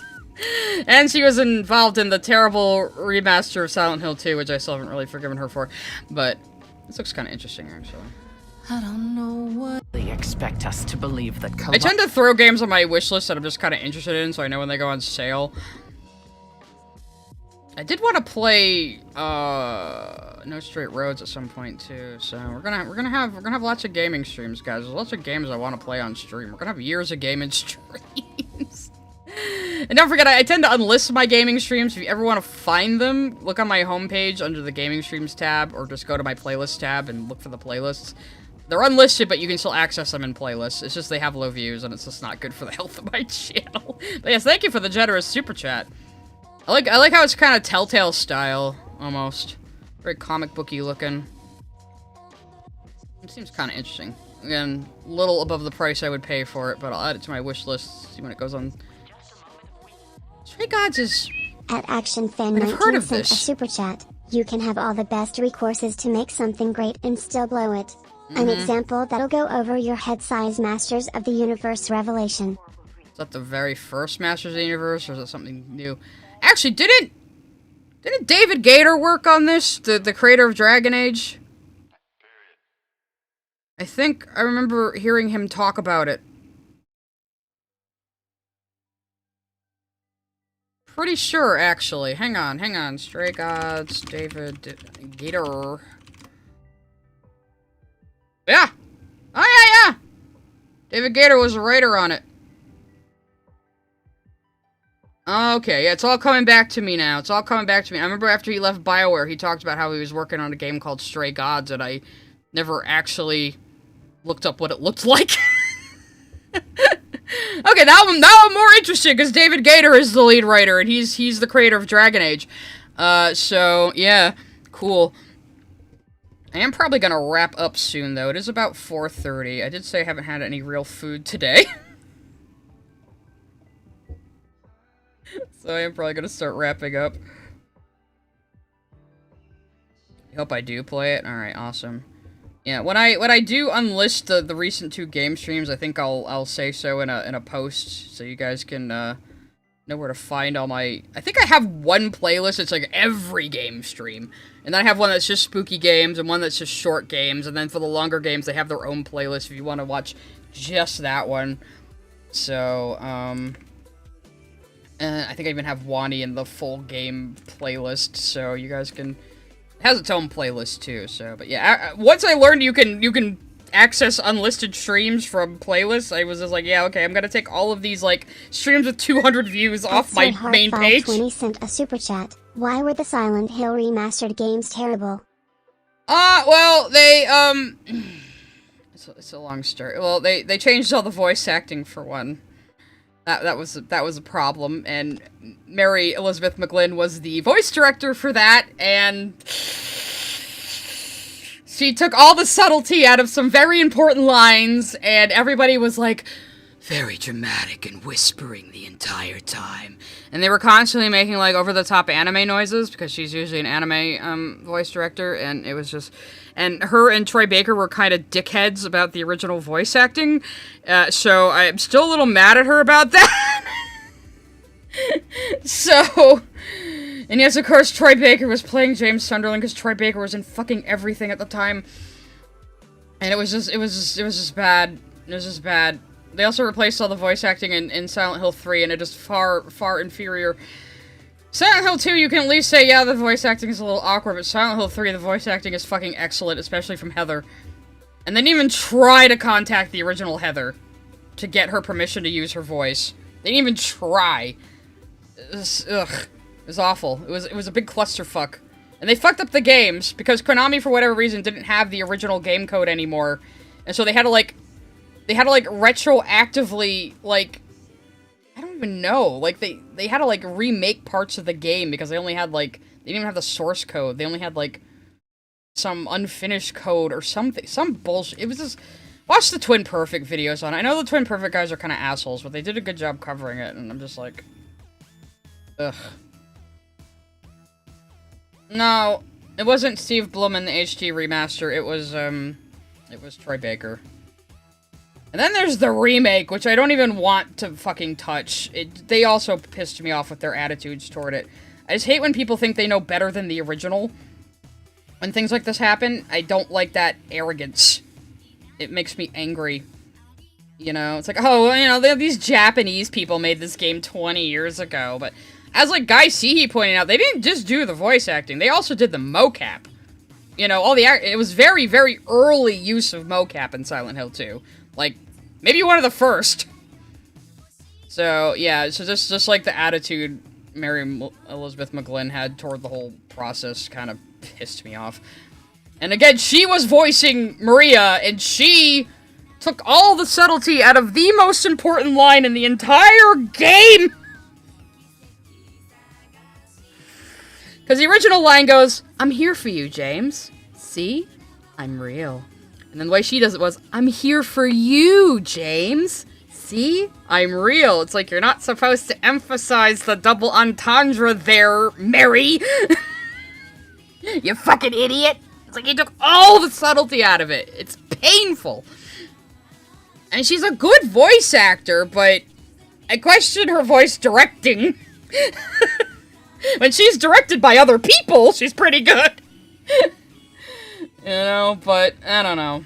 But again, she just had a really shitty attitude toward the original and the original voice acting and the original creators, and it was just like, I did not appreciate it. I'm not gonna, like, cancel her and say I'm never gonna watch anything she's in, or she does, of course, but she's still very talented, but she just had a real shit attitude on this one project. Just the fucking disrespect Silent Hill 2 keeps getting with the HD remaster and the remake and the fucking new movie, which just... Oh god, I watched a video on that fucking new movie, and it was so much worse than everyone described it. It was so bad. I hate you, Christoph Gans. Can we just bomb France, please? Well, it's not that she sounded too genuine, she gave away the fucking double meaning of Mary's words there. The way she says, "I'm here for you, James." Like, yeah, she is literally there for James. She is a creation of James's mind, but you're not supposed to know that. Yet. Spoilers for a 30-year-old game. But, like, that is literally the most important line in the entire game. Yeah, it's even worse. It's even worse than I thought. It's even worse than I thought. Like, oh god, I'm not gonna go see it. That's one of those videos I'm going to save for, like... There's certain movies I'm like, I have to, like, watch them drunk and with an audience getting amusement out of me ranting about it. It's like, probably this Return to Silent Hill, The Giver, and the Hobbit movies would be those movies. Maybe we'll do a... maybe we'll do a Twitch-only stream sometime where I get drunk and yell at bad movies that add up things I like poorly. Perhaps we treated UA Bowl too harshly. No, we didn't. I would love to. I just wish you could get away with that on YouTube. I need something stronger than Tequila Rose for the Silent Hill 2 movie. They fucked it up in every single way possible. They changed the entire fucking plot. And the thing about it is Silent Hill 2 would make, like, adapted correctly and adapted faithfully, Silent Hill 2 would make a very good movie. But these fuckers always think they know better than the source material because it's just a video game. And then they make a completely worse product. Yeah, I mean, that Utena stream we did was pretty fun on Twitch. And I know, like, a lot of lazy Twitch streamers like to do, like, fucking watching, like, movies and TV shows just on Twitch because Twitch doesn't give a fuck. You know? Or Kick. Get me monetized on Kick, everyone. There we go, get Psy monetized on Kick Party, where I just yell at the Giver drunkenly for 2 hours. Oh, that one's gonna hurt. That one's really gonna hurt. I've heard things. They tried to turn the Giver into, like, a YA novel movie adaptation, and it's just... That's like one of my favorite books. It's like a 6th grade level book, but it's the book that taught baby Sai what dystopian fiction is, and I reread it every few years. You could read it in like an hour or two. But Lois Lowry was always good at, she was always good at writing children's books on very, very serious and nuanced topics, you know? I hate the Giver movie. I've never seen it, and I already know I'll fucking hate it. The book is also kind of hard to adapt. Oh, Shadow Puppets, yeah, before I wrap up, Iron Lung was good. You should go see it. You should support independent movies. Support Marky Moo, because he's a genuine artist. And it is actually just a good flick. Like, very obviously a product of its limitations, but a good solid movie. And you have to actually pay attention. It doesn't hold the audience's hand. It expects you to infer things and just watch what's actually happening and observe what's happening on the screen and not look at your fucking phone. There's so many people, like, miss things in the movie. It's like, were you looking at your fucking phone the whole time? Like, it's not, if you just sit there and pay attention to the goddamn movie, it's not that hard to figure out what's going on. But it keeps a lot of it a mystery, because it's just like the game, where it takes place just inside the sub, and we never see anything outside of it clearly. Simon, the main character, is always removed from other people in some way while he's trapped in this fucking sub the whole movie, you know? It diverts from the game a little bit because there's other characters in it that he does interact with, but he's never interacting directly with them. He's always isolated from everyone else. Obviously there had to be other characters because gotta make it work. It's a movie, you know? But, and no, I really like the way Mark adapted the lore of the game, how he expanded on it. I think there's a lot of people, like, that didn't get some of, like, they for whatever reason couldn't follow why this thing he finds from another person from his station is important to him. I was like, you can just tell by the way he looks at it that it's an important symbol to these people. Like, you don't need any more information than that. You know, if you just pay attention to what the movie is doing and what's happening on screen, you can follow the fucking movie. So people have forgotten how to do this, you know? But yeah, I'd definitely watch it again. I'd definitely watch it again. So, fuck, I mean, are they extending the weekends again? Because it was only supposed to be like a 1-weekend movie, and they keep extending it because the theaters are getting half of the profit. They don't have to deal with the Hollywood bullshit. And again, I love that he is eating Hollywood's lunch with this fucking movie, and he got praise directly from Sam Raimi. And like I said earlier, of course he did. Sam Raimi made Evil Dead. Very similar, you know? So he was like, he was, I think what did he say? He's like, he's so happy to see there's still moxie out there. It's like the perfect word for it. Fucking moxie, that he just makes a movie, self-funded, gets it in theaters. And Hollywood's sitting there like, wait, you can't do that. You can't circumvent us. You can't do that. It's like, well, he just fucking did. And he proved it can work. And now other people are gonna do it too. Fuck you. That makes me very happy. So I was happy to support it, no matter what, even if it was kind of mid. But it wasn't mid. It was quite good. It's quite good. It's a good, solid little movie. That's all I can really. I mean, it's not gonna blow your mind or anything, but it's a good, solid movie. So I can see it becoming a cult classic. Actually, I don't want to say he like sequel baited at the end, but there's definitely room to expand on the wider lore of Iron Lung surrounding the Silent Rapture and all of that, you know? He beefed up the backstories of the space stations a bit, so I actually kind of want to see more set in this world, to be honest. You know, I would like it if him and David Zemeckis just teamed up and just expanded on it with a sequel. Why the fuck not? Who cares? There's no rules anymore. It's great. I know, Hollywood's so salty they removed him from the box office. Now, they say it's because he wasn't reporting his numbers. But, fucking bullshit, okay? And fucking bullshit Melania was number 2. Fuck you. You guys are lying. You know? Anyway, so I am gonna wrap up now. It's about time. I got all this inked, so you guys will probably see this art in, like, a couple days. So... yeah, I think Iron Lung, I mean, he made it for $3 million. Not everyone has $3 million laying around. But one of the indie films my very own brother was in was Kickstarted. I was one of the Kickstarter backers. Actually, I'll show you guys, that's how we'll end today. I'll show you guys the trailer for an indie film my brother was in. It's not like my name hasn't been doxed already, so even if you find out my name through his name, it doesn't matter. You can actually rent it on YouTube. It's a good movie. Like, again, I will tell even my own brother when a movie he's in is bad. This one was good. This one's funny. It's about, it's the guy who made it is a Rhode Islander. He used to work on Family Guy, actually. And it was filmed here in Rhode Island. And it's a comedy about a guy whose doppelganger from an alternate universe comes to steal his girlfriend from him, and he gets sent to the other universe. And my brother plays the best friend character, who is, in one universe, is a dipshit man-child, and the other universe is a responsible family man with a stupid mustache.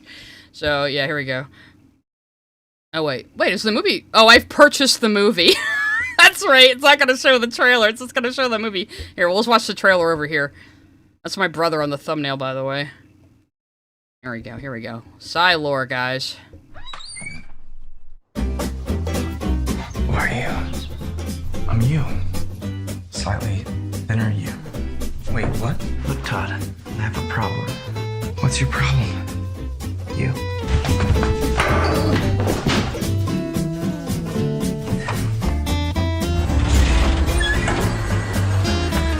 This was an indie film kickstarted. And what about all the stuff you said last night? I wasn't myself last night. Yeah? You have no idea. He's open, he's romantic. It's like he's a whole new Todd. There's my brother. What are you doing in my house? Your house? Dave, I know it sounds crazy, but there's another me. And you have a mustache. Why do you have there he is again. He's talking crazy. He needs to see a doctor. Is there a 24-hour mental institution I can bring him to? Something's up with you, man. You're acting different. People don't just change overnight. I have a theory. You're not gonna like it. What's your theory, Dave? I don't think that's Todd. He sent me here. He stole my girlfriend. Todd, don't you understand? I'm in the wrong universe.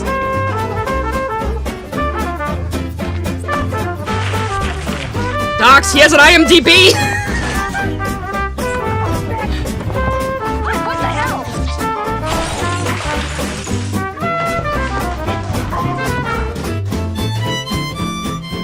How many times do I have to tell this story? Just one more time. And then other me hit me with a frying pan. And now Dave has a mustache. Can't I just have him committed? No. So yeah, you can actually rent that movie on Prime and YouTube if you want to see my brother actor, who acts in a lot of indie films. He does mostly editing these days. He's also written scripts, he's done his own indie stuff. There's a 72-hour film he made that I've been trying to bully him into putting on YouTube, because it's actually really good, but he's like, I'm also trying to bully him into starting a podcast with me, so maybe in the future we'll have some sort of sibling rivalry thing going. Yeah, so there you go. My brother, surprise, my brother is an actor in indie films. That might be one of the reasons why I'm very supportive of indie films. So there you go. There's that. So one day I'm gonna get him to edit for me, and I'm gonna get him to do a podcast with me. No, I don't have a cameo. I was only a Kickstarter backer. But the funny thing is, because I was a Kickstarter backer, I actually got to see the rough cut before he did, because they had a showing of it here in state. So I get to go to that and see the rough cut of the film early. So that was fun. Anyway, so with that at the end there, that I'm sure my haters are gonna try to use against me somehow. Like I said, doxing my brother. He has a fucking IMDb. There's no doxing. I'll make him use an internet name. I'll make him use an internet name. I'll make him do that because my brother's pretty. He's like 2 years younger than me, but he's a boomer about the internet. That's crazy. I'm already trying to twist his arm to get him to use Discord. It's impossible. But you'll forget the name immediately. Awesome. Okay. Anyway, so with that, I am leaving now. Support indie films. That's my final.